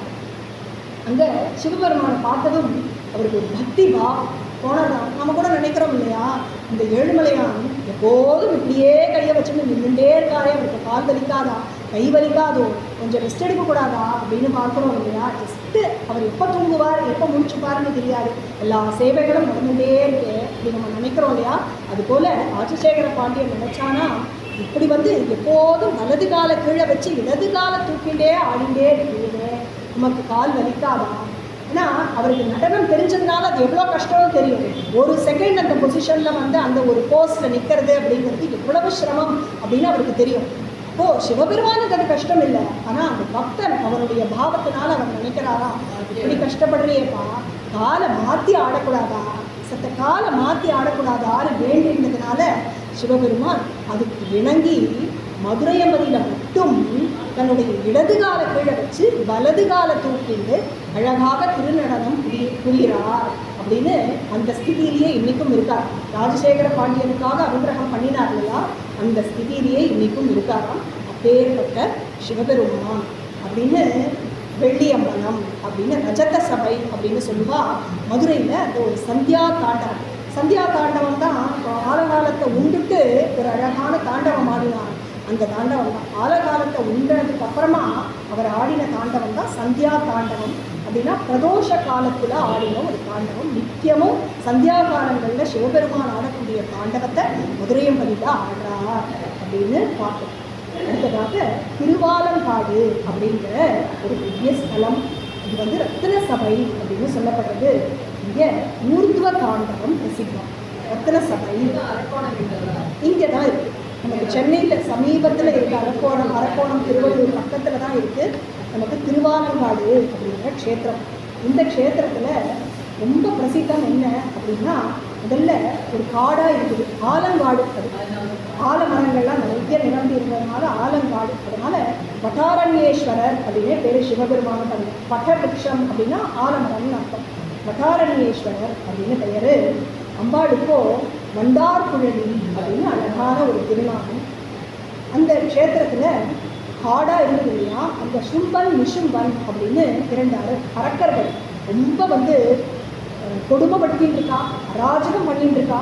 அவர்கள் யாரையும் ரிஷிகளை வந்து அந்த தபஸ் பண்ண விடுறதில்லை. இது போன்ற அட்டூழியங்கள் பண்ணவும் காளி தேவியை பார்வதி தேவியை அனுப்பி வைக்கிறான். காளி தேவி வந்து அந்த சும்பனை வந்து வதம் பண்ணி அவர்களுடைய ரத்தத்தெல்லாம் குடித்தாலும். அதனால் காளி தேவிக்கு உக்ரம் ஜாஸ்தியாக போயிட்டு, காளியினுடைய உக்ரம் இப்போ வந்து பெருசாக போயிட்டு, நிஷும்பனுடைய அந்த ஒரு அட்டூழியம்லாம் அடங்கி போயிட்டு காளி தேவியினுடைய அட்டகாசம் தாங்கலை. இங்கே வந்து உஞ்சிகேஷ கார்கோட்ட முனிவர் அப்படின்னு ஒருத்தர் தபஸ் பண்ண போனார். அவரால் தபஸே பண்ண முடியல. இல்லை அந்த காளி வந்து உள்ளே விடவே மாட்டேங்கிறா. அதனால் காளி விட்டு இப்படி கொட்டம் பண்ண அடிக்கிறா அப்படின்ட்டு வேண்டிக்கிறார் சிவபெருமான. அப்போது சிவபெருமானை இறங்கி வரார். சிவபெருமான் இறங்கி வந்து காளிகிட்ட சொல்கிறார், இப்படி ஊருக்குள்ளே வராதமா, ஊர் எல்லையில் இருன்னு சொன்னால் கேட்டேன். காளிக்கு வந்து அது புரியல. உடனே சிவபெருமான் ஒரு போட்டி நடனம் பண்ணுறார் காளியோட சேர்ந்து. அந்த போட்டி நடனத்தில் காளி சிவபெருமான் ஆடுறா, சொல்கிறா, தோற்று போயிட்டேன்னா ஊர் எல்லைக்கு போய்டும் அப்படின்னு சொல்லிட்டு தான் அந்த போட்டியை வந்து ஆரம்பிக்கிறார். அப்போது அந்த போட்டியில் சிவபெருமான் ஆட, காளியும் ஆட, 2 பேருமா வந்து மாறி மாறி மாறி அழகாக ஆடுறான். ஏன்னா பார்வதிக்கும் சிவனுக்கும் வந்து ஈடு சொல்ல முடியுமா? 2 பேருமே வந்து இணையாக ஆடுறா, ரொம்ப அழகாக ஆடிட்டு இருக்கா. அப்போது அந்த தேவர்கள் ரிஷிகள்லாம் தானே இந்த கொடுமையை அனுபவிச்சுட்டு இருந்தா, அவளாமும் நின்று பார்த்துட்டு இருக்காளாம். அவளும் பார்த்துட்டு இருக்க இவர்கள் ஆட சிவபெருமான் பார்த்தா தன்னுடைய காதில் இருந்த ஒரு குண்டலம் வந்து அவளுக்கு கீழே விழுந்துவிட்டான். விழுந்ததும் இவர் என்ன பண்ணினாராம் சிவபெருமான், ரொம்ப லீலையாக லகுவாக என்ன பண்ணினார்னா, தன்னுடைய இடது கால்னால கீழே விழுந்த குண்டலத்தை எடுத்து, அந்த இடது காதிலிருந்து தான் விழுந்திருப்பான், இடது கால்னால அந்த குண்டலத்தை எடுத்து அப்படியே இப்படி வந்து நிமிர்த்தி காலை மேலே கொண்டு வந்து தன்னுடைய இடது காதில் அப்படியே அந்த குண்டலத்தை தானே அணிவிச்சு விட்டாங்க. அந்த ஆட்டத்தின் இடையிலேயே இதை பார்த்தா காளி அசந்து போயிட்டான். மேலும் பெண்ணாக இருக்கிறதுனாலையும் அது போன்ற ஒரு தாண்டவத்தை ஆட முடியாதே, கால் அப்படி உயர தூக்க முடியாதே, அதுவும் சபையில் வந்து முனிவர்கள்லாம் இருக்கா, தேவர்கள்லாம் இருக்கா, அதனால் நாம் தோற்று போயிட்டோம் அப்படின்னு தெரிஞ்சுட்டு அங்கேருந்து விலகினா. சிவபெருமான் நமஸ்கரிச்சா. இப்போ சிவன் சொன்னார், அம்மா உனக்கு ஈடு நான் தான், எனக்கு ஈடு நீ தான், உனக்கும் எனக்கும் வந்து வித்தியாசம் கிடையாது. ஆனால் வந்து மக்களுக்கு நம்ம உபத்திரவமாக இருக்கக்கூடாது, அதனால் உனக்கு தனிக்கோவில் அமைச்சுண்டு நீ ஊர் எல்லையில் இரு, எல்லாரையும் காவல் கொண்டு இரு, என்னை வழிபட்டுட்டு தான் எல்லாரும் திருவாரங்காட்டுக்குள்ளே வந்து என்னை வழிபடுவான்னு சொல்கிறா. இது வந்து பஞ்ச மயான ஸ்தலங்கள்னு உண்டு சிவபெருமானுக்கு. மயானத்தில் ஆடுறார் அப்படின்னாலும் அதுலேயும் அவருடைய தியாகம் சொல்லப்பட்டது. வாழ்நாள் முழுக்க நாம் சிவபெருமானை நினைக்கவே இல்லை, பஞ்சாட்சரம் சொல்லவே இல்லை, அவர் கோவிலுக்கு போகவே இல்லை அப்படின்னாலும் சிவபெருமான் பார்த்துட்டே இருக்கார். ஒரு நாள் வருவான், ஒரு நாள் வருவான், ஒரு நாள் வருவான் அப்படின்னு பார்த்துட்டே இருக்கக்கூடியவர். பிராணனே போய்டுறது இவனுக்கு அப்படின்னாலும் காசியில் போயிட்டுனா பரவாயில்ல, சிவபெருமானே அங்கே உட்காந்துட்டு ராம ராம ராமேதி காசாமல் உட்காந்துட்டுருக்கார். எடுத்து தன்னுடைய மடியில் போட்டுட்டு வலது காதில் தானே ராமநாமத்தை சொல்லி அவருக்கு வந்து முக்தியை கொடுத்துடுறார். அம்பாளே அங்கே வந்து அந்த ஜீவனுடைய கர்ம வினைகளெல்லாம் அறுத்துட்டு போயிடுறா அப்படின்னு சொல்கிறா பெரியவாள்லாம். காசியினுடைய மகாத்மியம். ஆனால் எங்கே இறந்தாலும் சரி மயானத்துக்கு தானே போய் ஆகணும், யாராக இருந்தாலும் ஒரு நாள். அந்த மயானத்தில் உட்காந்துட்டு ஆடிட்டு இருக்கார். அவர் எதற்காக அப்படின்னா, இவன் நம்மக்கிட்ட வரவே இல்லைல்ல, இவன் நம்மக்கிட்ட இருந்து எஸ்கேப்பே ஆக முடியாது, கண்டிப்பாக ஒரு நாள் இங்கே வருவான்ல, இங்கே நான் காத்துட்டுருக்கேன் அவனுக்காக அப்படின்னு அவரை கொண்டு வந்து அந்த சிதையை மூட்டினதும் அந்த சிதையில் இருக்கக்கூடிய அந்த சாம்பலை எடுத்து தன்னுடைய உடலில் பூசிட்டு இப்போ இவருக்கும் எனக்கும் சம்பந்தம் வந்துடுது அப்படின்னு ஆடக்கூடிய ஆடல்கள்லாம் அப்படின்னு சொல்லப்படுறது. அதனால் சிவனை பொறுத்த வரைக்கும் அமங்கலமான தோற்றம் இருந்தாலும் கூட அவர் செய்யக்கூடியது மங்களமே, நமக்கு மங்களமே செய்கிறார் அப்படிங்கிறதுனால அப்பேற்பட்ட ஒரு ஆலங்காடுங்கிறது வந்து அந்த ஒரு பஞ்சமயான க்ஷேத்திரத்தில் ஒரு க்ஷேத்திரமாக சொல்லப்பட்டது. ஆனால் நமக்கு மங்களம் தான் பண்ணுவார். நம்ம போய் அங்கே வழிபட்டோம் அப்படின்னா புத்திரபாக்கியமோ நமக்கு வந்து திருமண பிராப்தியோ எல்லாம் கைகூடும் அந்த சிவபெருமானுடைய அவர்களுடைய அருள்னால அப்படின்னு அங்கே வந்து ஆடினார் அந்த ஒரு ஆட்டம். அங்கே அவருக்கு என்ன பெயர் அப்படின்னு சொல்கிறா அப்படின்னா, அண்டமுறை நிமிர்ந்தாடும் பெருமான் அப்படின்னு. உலகமே அதிர நிமிர்ந்து ஆடினார். ஊர்துவ தாண்டவம் பேர். கால் அப்படி நேராக மேலே தூக்கி ஆடினதுனால ஊர்துவ தாண்டவம் ஆடினார். அதில் என்ன சொல்கிறார், என்ன தத்துவம் அப்படின்னா, சிவபெருமானுடைய ஜட்டாமுடி அப்படியே பறந்துருக்கு இல்லையா, அந்த ஜட்டாமுடியினுடைய ஒரு நுனியில் தான் இந்த பூமி இருக்கும். அந்த பூமி இந்த காது விட்டு அந்த ஒரு ஜட்டாமுடியினுடைய நுனியில் இந்த பூமி இருக்கான். அப்போது நம்ம எதுவுமே பண்ண வேண்டாம், சிவனுடைய அவருடைய அருளை நினச்சிட்டு நாம் பாட்டுக்கு இருந்தால் கூட போகிறோம். அவருடைய கிருபை எத்தகையதாக இருக்குன்னா, நம்மளை தேடி அவருடைய திருவடியை அவர் எடுத்துகிட்டு வராராம். எடுத்துகிட்டு வந்து அது ஒரு ரகசியம் அவர் காட்டுறார். நீ இருக்கிற இடத்துலேயே இரு, நான் உனக்கு வந்து அனுகிரகம் பண்ணுறேன். தன்னுடைய திருவடியை எடுத்துகிட்டு வந்து நாம் இருக்கக்கூடிய இடத்துக்கு கொடுத்து அனுகிரகம் பண்ணுறாரா திருவாலங்காட்டு பெருமான். அதனால் அண்டமுறை நிமிர்ந்தாடிய பெருமான் அப்படின்னு பெயர் அவருக்கு சொல்கிறா. அங்கே அம்பிகை பக்கத்தில் இருக்கா.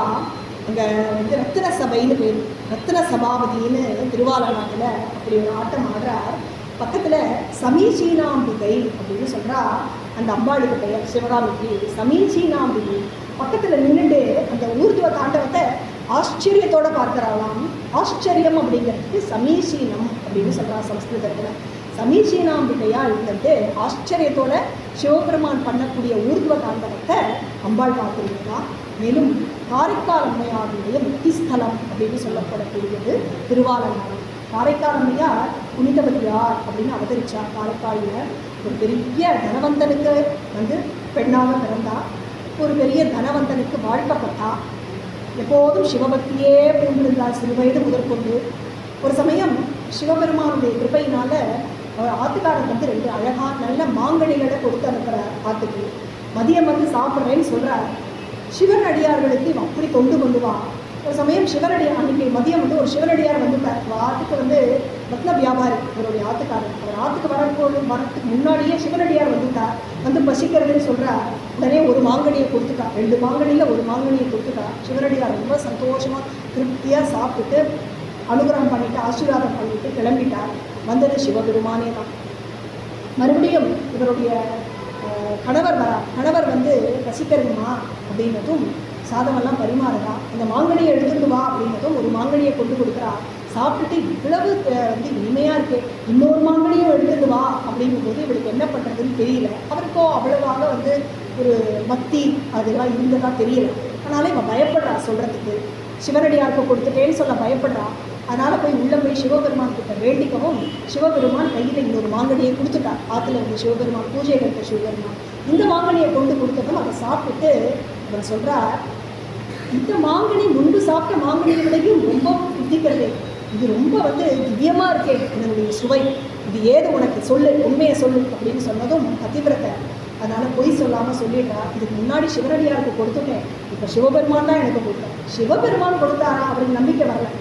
எங்கே இப்போ மறுபடியும் போய் கேளு சிவபெருமான அப்படின்னதும் இவ போய் அழறா சிவன் கிட்ட. மறுபடியும் இன்னொரு மாங்கனி அவள் கையில் வரதை பார்த்ததும் இவ ஒரு தெய்வ பிறவி அப்படின்னு புனிதவதியாரை நினச்சிட்டாங்க. அதனால் இனிமேல் இவளோட நமக்கு குடும்பம் நடத்துறதுக்கு நமக்கு தகுதி இல்லை, பேர்பட்ட ஒரு பிரசித்தியான ஒரு பக்தையாக இருக்கான் அப்படிங்கிறதுனால தெய்வ பிறவினே நினச்சிக்கிட்டு அவர் அவளோட வாழலை. காரைக்கால் அம்மையார் ரொம்ப மனது ஒழிந்து போயிட்டா. தன்னோட விரக்தியினால் என்ன பண்ணுறா அப்படின்னா, அந்த காலத்தில் பெண்களுக்கு ஒரு பாதுகாப்பு வேணும் இல்லையா, கணவனோட இல்லை அப்படின்னா பாதுகாப்பு இல்லாமல் இருக்க முடியாது. அதனால் பேய் உருவம் வேணும் அப்படின்னு கேட்டுட்டு அப்படி ஒரு கிழம் போன்ற ஒரு உருவத்தை கேட்டு வாங்கிட்டார். ஔவையார் எப்படி வாங்கிட்டாலோ அதுபோல் சிவபெருமானை கேட்டு ஒரு பேய் உருவம் வாங்கிட்டா. அங்கேருந்து எல்லா க்ஷேத்திரங்களுக்கும் போகிறா, பாடுறா. கைலாயத்துக்கு போகிறா. கைலாயத்துக்கு போகிற மார்க்கத்தில் பார்த்தா எங்கே பார்த்தாலும் சிவலிங்கம் கண்டப்பட்டது. எங்கே பார்த்தாலும் சிவலிங்கம்.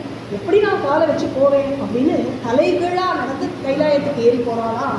இப்போ சிவபெருமானை இறங்கி அம்மையே அப்படின்னு கூப்பிட்டாராம். அம்மையே ஏன் கூப்பிட்டார் அப்படின்னா, என்னுடைய பசியை நீ தீர்த்து வச்சியே அன்னைக்கு, அப்படி அந்த ஒரு மாங்கனியை கொடுத்து என்னுடைய பசியை தீர்த்தியே, நீ என்னுடைய அம்மா இல்லையா, என்னுடைய அம்மையே நீ வரியே, ஏமா இப்படி தலைகீழாக வர அப்படின்னதும் நான் இப்படி காலை வச்சு வருவேன் அப்படின்னு, நீ கவலைப்படாத, நீ திருவாலங்காட்டுக்கு போ, அங்கே உனக்கு நான் காட்சி கொடுக்குறேன் அப்படின்னு சொல்கிறா. உனக்கு என்ன வரம் வேணும் அப்படின்னு கேட்டதும் காரைக்கால் அம்மையார் கேட்டுக்கிறா, எனக்கு பிறவாமை வேணும், எனக்கு பிறக்கவே கூடாது, எனக்கு இனி பிறவியே வேண்டாம்ப்பா, எனக்கு உங்ககிட்டயே என்னை வச்சுடு அப்படின்னு சொல்கிறான். அப்படியே நான் பிறந்துட்டேன் அப்படின்னு சொன்னால் மறவாமை வேண்டும், இன்னும் நான் மறக்கக்கூடாது அப்படிங்கிற வரம் கேட்டுக்கிறா. அதனால் உனக்கு ஏற்பட்ட முக்தியை நான் கொடுக்குறேன், மேலும் எனக்கு உன்னுடைய திருவடியிலேயே அமர்ந்துட்டு உன்னுடைய நடனத்தை பார்க்கணும் அப்படின்னு ஆசை அப்படின்னு சொல்கிறான். திருவாலங்காட்டுக்கு போ, அங்கே நான் உனக்காக நடனம் ஆடுறேன், நீ என்னுடைய திருவடியிலேயே அமர்ந்துட்டு நீ என்னுடைய நடனத்தையும் பார்க்கலாம், உனக்கு அதுவே முக்தி ஸ்தலமாகவும் அமையும், உனக்கு பிறவாமை தரேன் அப்படின்னு சொல்லி திருவாலங்காட்டுக்கே அனுப்பிடுறார். திருவாலங்காட்டுக்கு வரா. அந்த திருவாலங்காடோ எப்படி இருக்குது அப்படின்னா மயானமாக இருக்குது. அங்கே பேய்கள்லாம் அப்படி ஆடி இருக்கான். நரிகள்லாம் யாழ் இசைக்கிறதான்னா நரிகள் இடக்கூடிய ஊழை அதை சொல்கிறா, யாழ் இசைக்கிறதா. அப்படி இருக்கக்கூடிய ஆலங்காட்ட நப்பன் அப்படின்னு பாடுறா.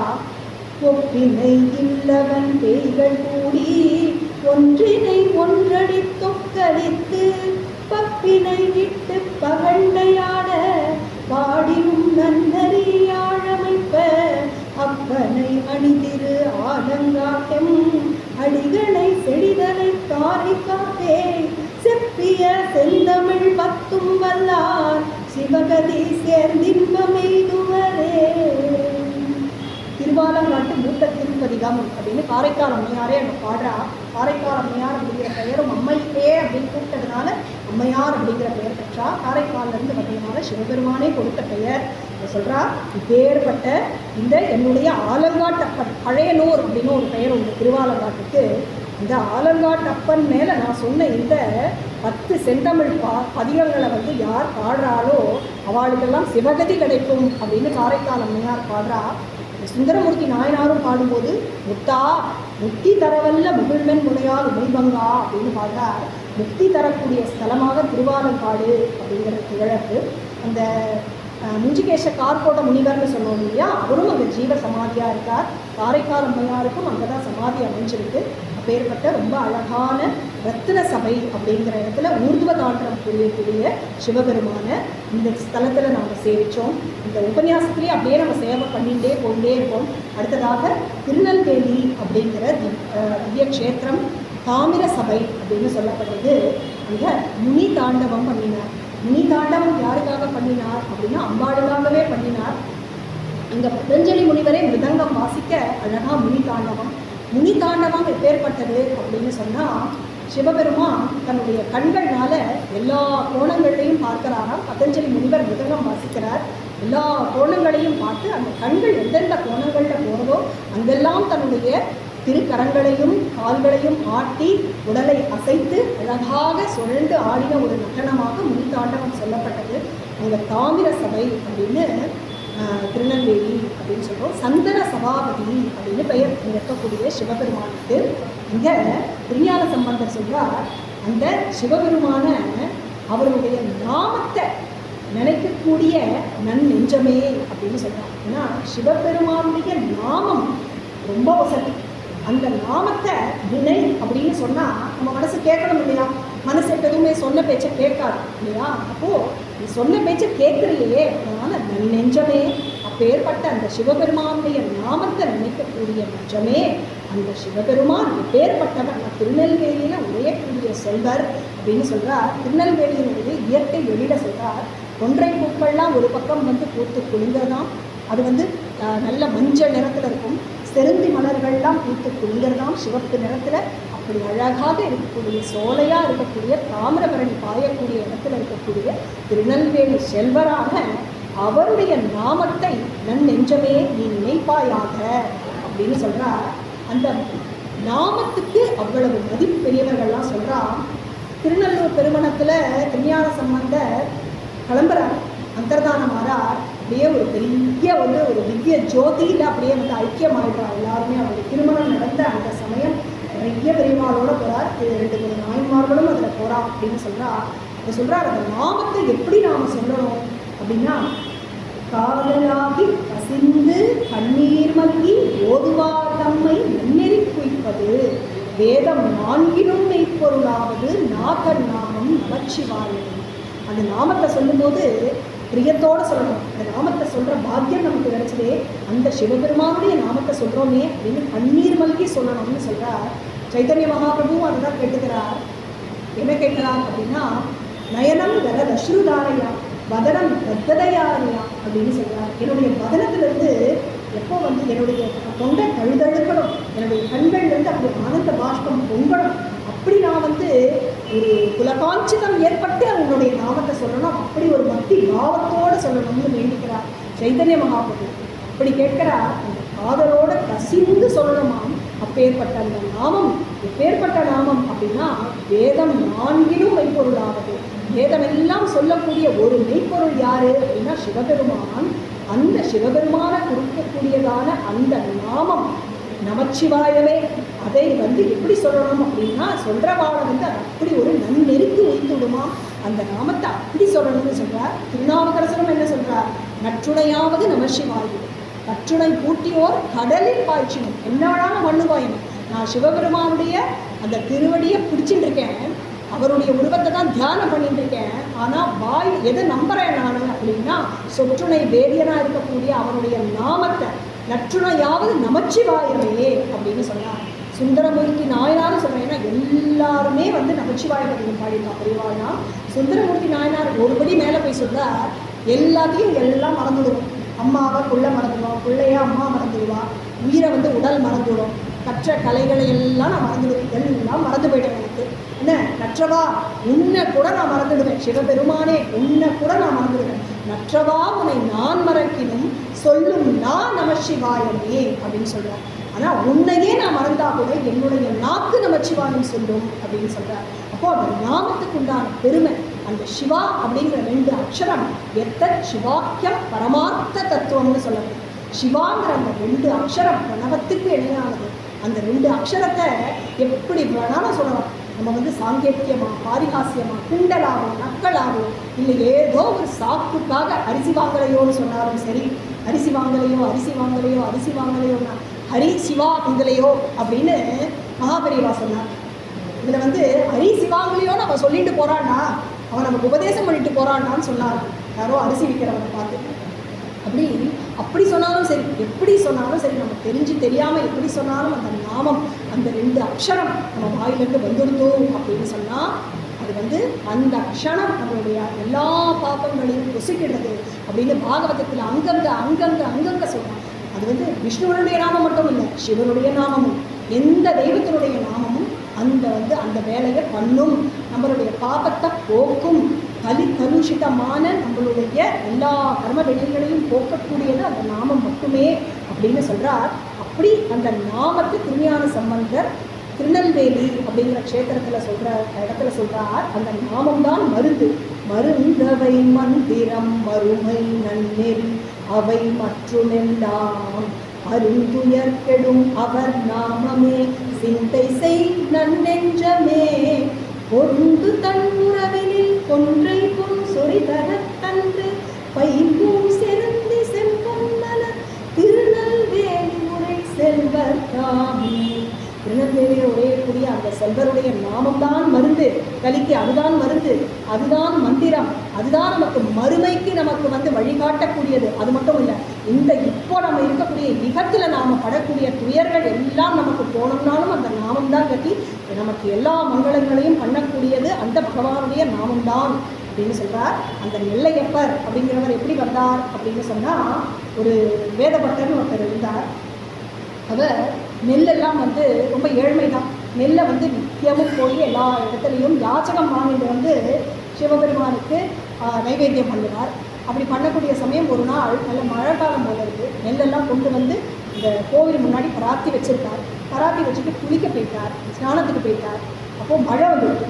சிவபெருமானுக்கு தாங்கலை, ஐயோ இவன் இந்த நைவேத்தியத்தை பண்ணலைன்னா இவன் சாப்பிட மாட்டானே அப்படிங்கிறதுனால நெல்லையப்பர் என்ன பண்ணினார் அப்படின்னா, அதுக்கு ஒரு வேலி போட்டாராம். அவன் நெட்டிருந்த அந்த நெல்லுக்கு ஒரு வேலி போட்டாராம். எப்படி போட்டார் அப்படின்னா, மழை பொழியறது, எல்லா இடத்துலையும் மழை பொழியறது, இவர் நெட்டிருந்த அந்த நெல் மேலே மட்டும் மழை பொழியறது. மேலும் சுற்றி மழை பொழியறதுன்னா அந்த தண்ணீர் வந்து இந்த நெல்லை நினச்சுடணும் இல்லையா, அடிச்சுட்டு போயிடணும் இல்லையா, அந்த தண்ணீரும் இதுக்கு வரவே இல்லையா. அப்போது மேலையும் சுற்றியும் வேலி விட்டாராம். அதனால தான் திருநெல்வேலி அப்படின்னே அந்த இடத்துக்கு பெயர், நெல்லையப்பர் அப்படிங்கிற பெயரும் அவருக்கு வந்தது. இதுக்கு முன்னாடி அது வந்து ஒரு மூங்கில் காடாக இருந்ததான் அந்த இடம். அதனால் வேணுவனநாதர்னு பேர், வடிவுடை அம்மன் அப்படின்னு பேர், காந்திபதி அம்மன் சொல்கிறோம் இல்லையா, வேணுவனநாதர். அப்போது அந்த மூங்கில் காடாக இருந்த இடத்துல ஒரு சமயம் ஒரு பால் எடுத்துகிட்டு போகிறான். அரண்மனைக்கு ஒருத்தர் நித்தியமும் பால் எடுத்துகிட்டு போகிறவர் பார்க்குறார். நித்தியமும் ஒரு இடத்துல தடிக்க விழறார், பால் கொட்டிடுது. இப்படி பால் கொட்டிகிட்டே இருக்கவும் அதை விசாரிக்க ராஜாவை சொல்லவும், மண்வெட்டியெல்லாம் எடுத்துகிட்டு வந்து கடப்பாறையை கொண்டு வந்து இடிக்க அங்கேருந்து ரத்தம் வந்துடும். என்ன ரத்தம் வரதே அப்படின்னு பார்த்தா சிவபெருமானுடைய திருமேனி கிடைக்கிறது. அதுதான் வந்து நெல்லையப்பனுடைய திருமேனி. ஆனால் சிவபெருமான் அதை வந்து அபச்சாரமாக எடுத்துக்கலை, தன்னை வெளிப்படுத்திட்டார். எனக்கு இங்கேயே வந்து கோவிலை வச்சு வழிபாடு செய்யுங்கோ அப்படின்னு. நெல்லையப்பர் வந்து காந்திமதி அம்மனும் நெல்லையப்பரும் சரி சமமாக இருப்பான். எப்படி வந்து நெல்லையப்பருக்கு உற்சவங்கள் நடக்குமோ அதே போல் காந்திமதி அம்மனுக்கும் உற்சவம். பிரதோஷ வழிபாடு இந்த ஒரு சன்னதியில் நடக்கிறதுனா அம்மன் சன்னதியிலும் இருக்கக்கூடிய நந்திக்கும் பிரதோஷ வழிபாடு. இங்கே எப்படி உற்சவமோ அங்கேயும் உற்சவம். 2 பெரிய கோவில்களை ஒரு ராஜா தான் வந்து இணைச்சி ஒரு காரிடாரை கட்டி 2 கோவிலையும் இணைச்சான். அப்படி வந்து சிவனும் சக்தியும் வந்து தனக்கு சரிசமமாக ஒருத்தருக்கு ஒருத்தர் நிகராக இருக்கக்கூடிய அழகான ஒரு க்ஷேத்திரமாக திருநெல்வேலி கருதப்பட்டது. அந்த தாமிர சபை அப்படிங்கிற இடத்துல அழகா சிவபெருமான் நுனித்தாண்டவம் பண்ணினார் அம்பாளுக்காக அப்படின்னு பார்த்தோம். அடுத்ததாக குற்றாலம் அப்படின்னு சொல்லக்கூடிய சித்திர சபை அப்படின்னு பெயர். இங்கே சிவபெருமான் திரிபுர தாண்டவம் அப்படின்னு பண்ணுறார். திரிபுரங்களை எரித்த சிவன் அப்படின்னு ஒரு பெயர் உள்ளது இல்லையா, பெருமை. திரிபுரங்கள் அப்படின்னு. தாரகாசுரனுடைய 3 பிள்ளைகள், அவர்கள் அசுரர்கள். 3 கோட்டைகளை வந்து ஆகாசத்திலேயே நிர்மாணம் பண்ணிட்டு எல்லாரையும் துன்புறுத்திட்டு சுற்றின்னு இருந்தான். அவளை சிவபெருமான் வதம் பண்ணினார். அந்த கோட்டைகளை எல்லாம் தவிடுபொடி ஆக்கினார். அப்படி பண்ணி ஒரு திரிபுர தாண்டவம் பண்ணினாராம். அந்த தாண்டவம் எத்தகையது அப்படின்னு சொன்னால் 16 கரங்களோடு கூட அழகாக அம்பாள் வந்து கூட இருக்க பண்ணின ஒரு அருமையான தாண்டவம் அப்படின்னு சொல்லப்படுறது. அது திரிபுரங்களையும் எரிச்சுட்டு அவர் அந்த ஒரு துஷ்டர்களை வந்து விக்கிரகம் பண்ணிட்டு அவர் பண்ணின ஒரு அழகான ஒரு தாண்டவமாக சொல்லப்படுறது.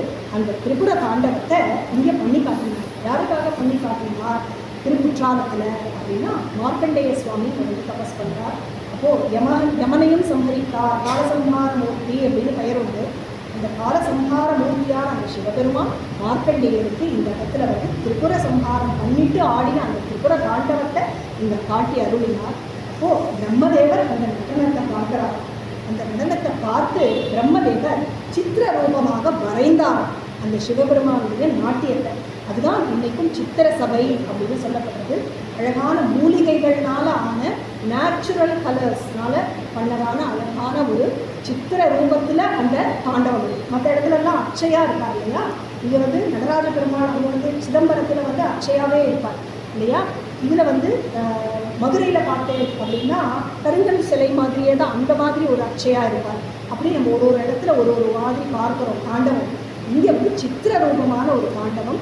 அந்த சித்திர சபை அந்த மண்டபத்திலையும் கூட சுத்தீவிர நிறைய அழகான ஓவியங்கள்லாம் இருக்கும்.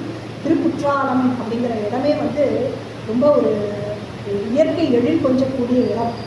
குறும்பலா அப்படின்னு சொல்லுவோம். அந்த குறும்பலானுடைய அடியில் திருக்குற்றாலநாதர் வீற்றிருக்கா அப்படின்னு சொல்லுவோம். முக்கியமாக அந்த க்ஷேத்திரத்துக்கு இந்த பிரம்மா பார்த்து வரைஞ்சது அந்த சித்திர சபை அப்படின்னு சொல்லப்படக்கூடிய இடம். மேலும் அகத்திய முனிவர் வந்து அந்த சிவபெருமானை வழிபட்டார். இப்போ கைலாயத்தில் வந்து சிவபெருமானுடைய திருமணம் நடக்கும்போது இந்த எல்லாரும் கைலாசத்துக்கு போயிட்டான். அப்போது பூமியே வந்து இப்படி வந்து தாழ்ந்துடுத்து. இந்த நார்தர்ன் சைடு வடக்குப்புறம் வந்து தாழ்ந்துட்டான். அப்போது அதை சமப்படுத்துறதுக்காக அகத்திய முனிவர், குடமுனிவர்னு பேர் அவருக்கு, குடமுனின்னு பேர். இவ்வளோதான் இருப்பார் ஆள் பார்க்கறதுக்கு. ஆனால் கீர்த்தி பெருசு அவருக்கு, மூர்த்தி சின்னதாக இருந்தாலும். சிவபெருமான் சொன்னாராம், நீ தட்சிண தேசத்துக்கு போ. தட்சிண தேசத்துக்கு போய் அங்கே வந்து நீ இந்த பூமியை சமன்படுத்துறதுக்காக நீ அந்த திசைக்காக போ அப்படின்னு சொன்னதும், அப்போ நான் உங்களுடைய திருமண கோலத்தை பார்க்க மாட்டேனே அப்படின்னு அவர் யோசனைப்பட்டாராம். கவலைப்படாத, திருக்குற்றாலத்தில் உனக்கு என்னுடைய திருமண கோலத்தை காட்டுறேன் அப்படின்னு சொன்னதுனால அகஸ்தியர் இங்கே வந்து வழிபடுறார். இங்கே வந்து விஷ்ணுஸ்தலமாகவும் சொல்லப்பட்டது. இங்கே வந்து குற்றாலநாதரை வந்து இதுக்கு முன்னாடி விஷ்ணுவாக இருந்தார் அப்படின்னு சொல்லப்படுற கதைகள் புராணங்கள்லாம் உண்டு. நமக்கு என்ன அப்படின்னா, பாகவத தர்மத்தில் நாம் ஒரு தெய்வத்தை உயர்த்தியும் தாழ்த்தியும் சொல்கிறது கிடையாது. அகத்தியர் இங்கே வந்து சிவபெருமானை வழிபட்டதுனால அந்த சிவபெருமான் அங்கே வந்து இவருக்கு அனுகிரகம் பண்ணினார். மேலும் கைலாய திருக்கோல கல்யாண காட்சியை காட்டுறேன்னு சொன்ன சிவபெருமான் அம்பாலோட கூட இங்கே வந்திருந்து திருமணக்கோலநாதர் அப்படின்னு இங்கே அவளுக்கு காட்சி கொடுத்தார். திருமண காட்சி கொடுத்த ஒரு அழகான ஸ்தலம் திருக்குற்றாலம் அப்படிங்கிற இடம். திருக்குற்றாலத்தை பொறுத்த வரைக்கும் குறையும் தீர்ப்பான் குற்றாலநாதன் அப்படிங்கிற வாக்கியம் வந்து ரொம்ப பிரசித்தம். என்ன குறை இருந்தாலும் நமக்கு தீர்க்க வைக்கக்கூடிய குற்றாலீஸ்வரர் அப்படின்னு பெயர் அவருக்கு. இந்த அம்பாளுக்கு என்ன பெயர் அப்படின்னா குழல்வாய்மொழி அம்மன். குழல்வாய்மொழி அம்மன் அப்படின்னு ரொம்ப ஒரு இனிமையான ஒரு பெயர் கொடுத்துருக்கா. இந்த மாணிக்க வாசகர் பாடுறார், உற்றாரையான் வேண்டேன் ஊர் வேண்டேன் பேர் வேண்டேன், கற்றாரையான் வேண்டேன் கற்பனவும் இனியமையும், குற்றாலத்தமர் முறையும் கூட்டா உன் குறைகளுக்கே கற்றாரின் மனம் போல கசிந்துருக வேண்டுவனே. ஏ சிவபெருமானே, குற்றாலத்து அமர்ந்துரையும் கூத்தா, எனக்கு உற்றார் வேண்டாம், ஊர் வேண்டாம், யாரும் வேண்டாம், கற்றார் வேண்டாம், எதுவுமே வேண்டாம், எல்லாமே எனக்கு நீயே சொல்லி கொடுத்துருவேன். அதனால் எனக்கு கற்றார் வேண்டாம், எனக்கு உற்றார் வேண்டாம், சொந்த பந்தங்கள் வேண்டாம், எதுவுமே வேண்டாம்.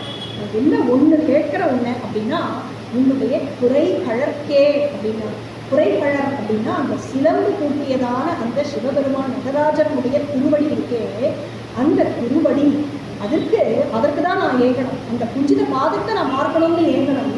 அப்பேற்பட்ட அந்த குஞ்சித பாதத்தை எப்படி நான் வந்து அதை நோக்கி நான் தபசிருக்கணும், அதுக்காக நான் எப்படி ஏங்கணும் அப்படின்னா, கற்றாவின் மனம் போல கசிந்துருக வேண்டுவனே அப்படின்னு ஒரு வார்த்தை சொன்னார். கற்றாவுன்னு சொல்கிறார். ஒரு கன்று இருக்குது, ஒரு தாய் பசு இருக்குது. அந்த கன்று தாய் பசு அங்கே வந்து ஒரு சின்ன கண்ணுக்குட்டிக்கு ஊட்டின்னு இருக்குது. இது கொஞ்சம் வளர்ந்தெடுத்து இந்த பெரிய கண்ணுக்குட்டி இதை கட்டியிருக்கு. ஆனாலும் அந்த தாய் பசு மேலே தனக்கு இருக்கக்கூடிய அந்த ஒரு மார்ந்தவியம். அப்போது அந்த சிவபெருமான் அங்கே இருக்கா, அவருடைய அந்த குறை கழர் அங்கே இருக்குது, அந்த சிலம்பு ஒழிக்கக்கூடியதான அந்த கழர் அங்கே இருக்குது. அதை நான் போய் பார்க்கணும், அதோடைய தரிசனம் எனக்கு வேணும், அதனுடைய அனுகிரகம் எனக்கு வேணும் அப்படின்னு அதையே நான் எண்ணி எண்ணி எண்ணி நான் வந்து கசிந்து உருகிண்டு இருக்கணும். அந்த ஒரு எதிர்பார்ப்பு ஒன்று போதும் அப்படின்னு சொல்லிட்டார்.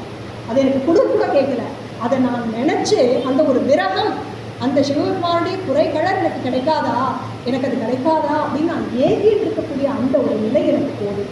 குற்றாலத்தமருலகின் கூட்டா உன் குறைகழற்கே கற்றா விண்மனம் போல கசிந்துருக வேண்டுவனே.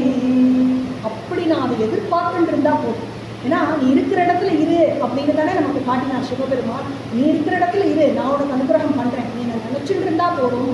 அதனால் பாவகிராகியாக இருக்கார் பகவான். அதனால் அதை வந்து இதே ஒரு கான்செப்டை ஸ்ரீமத் பாகவதத்தில் விருத்ராசுரன்ற ஒரு அசுரன் சொல்லலாம்.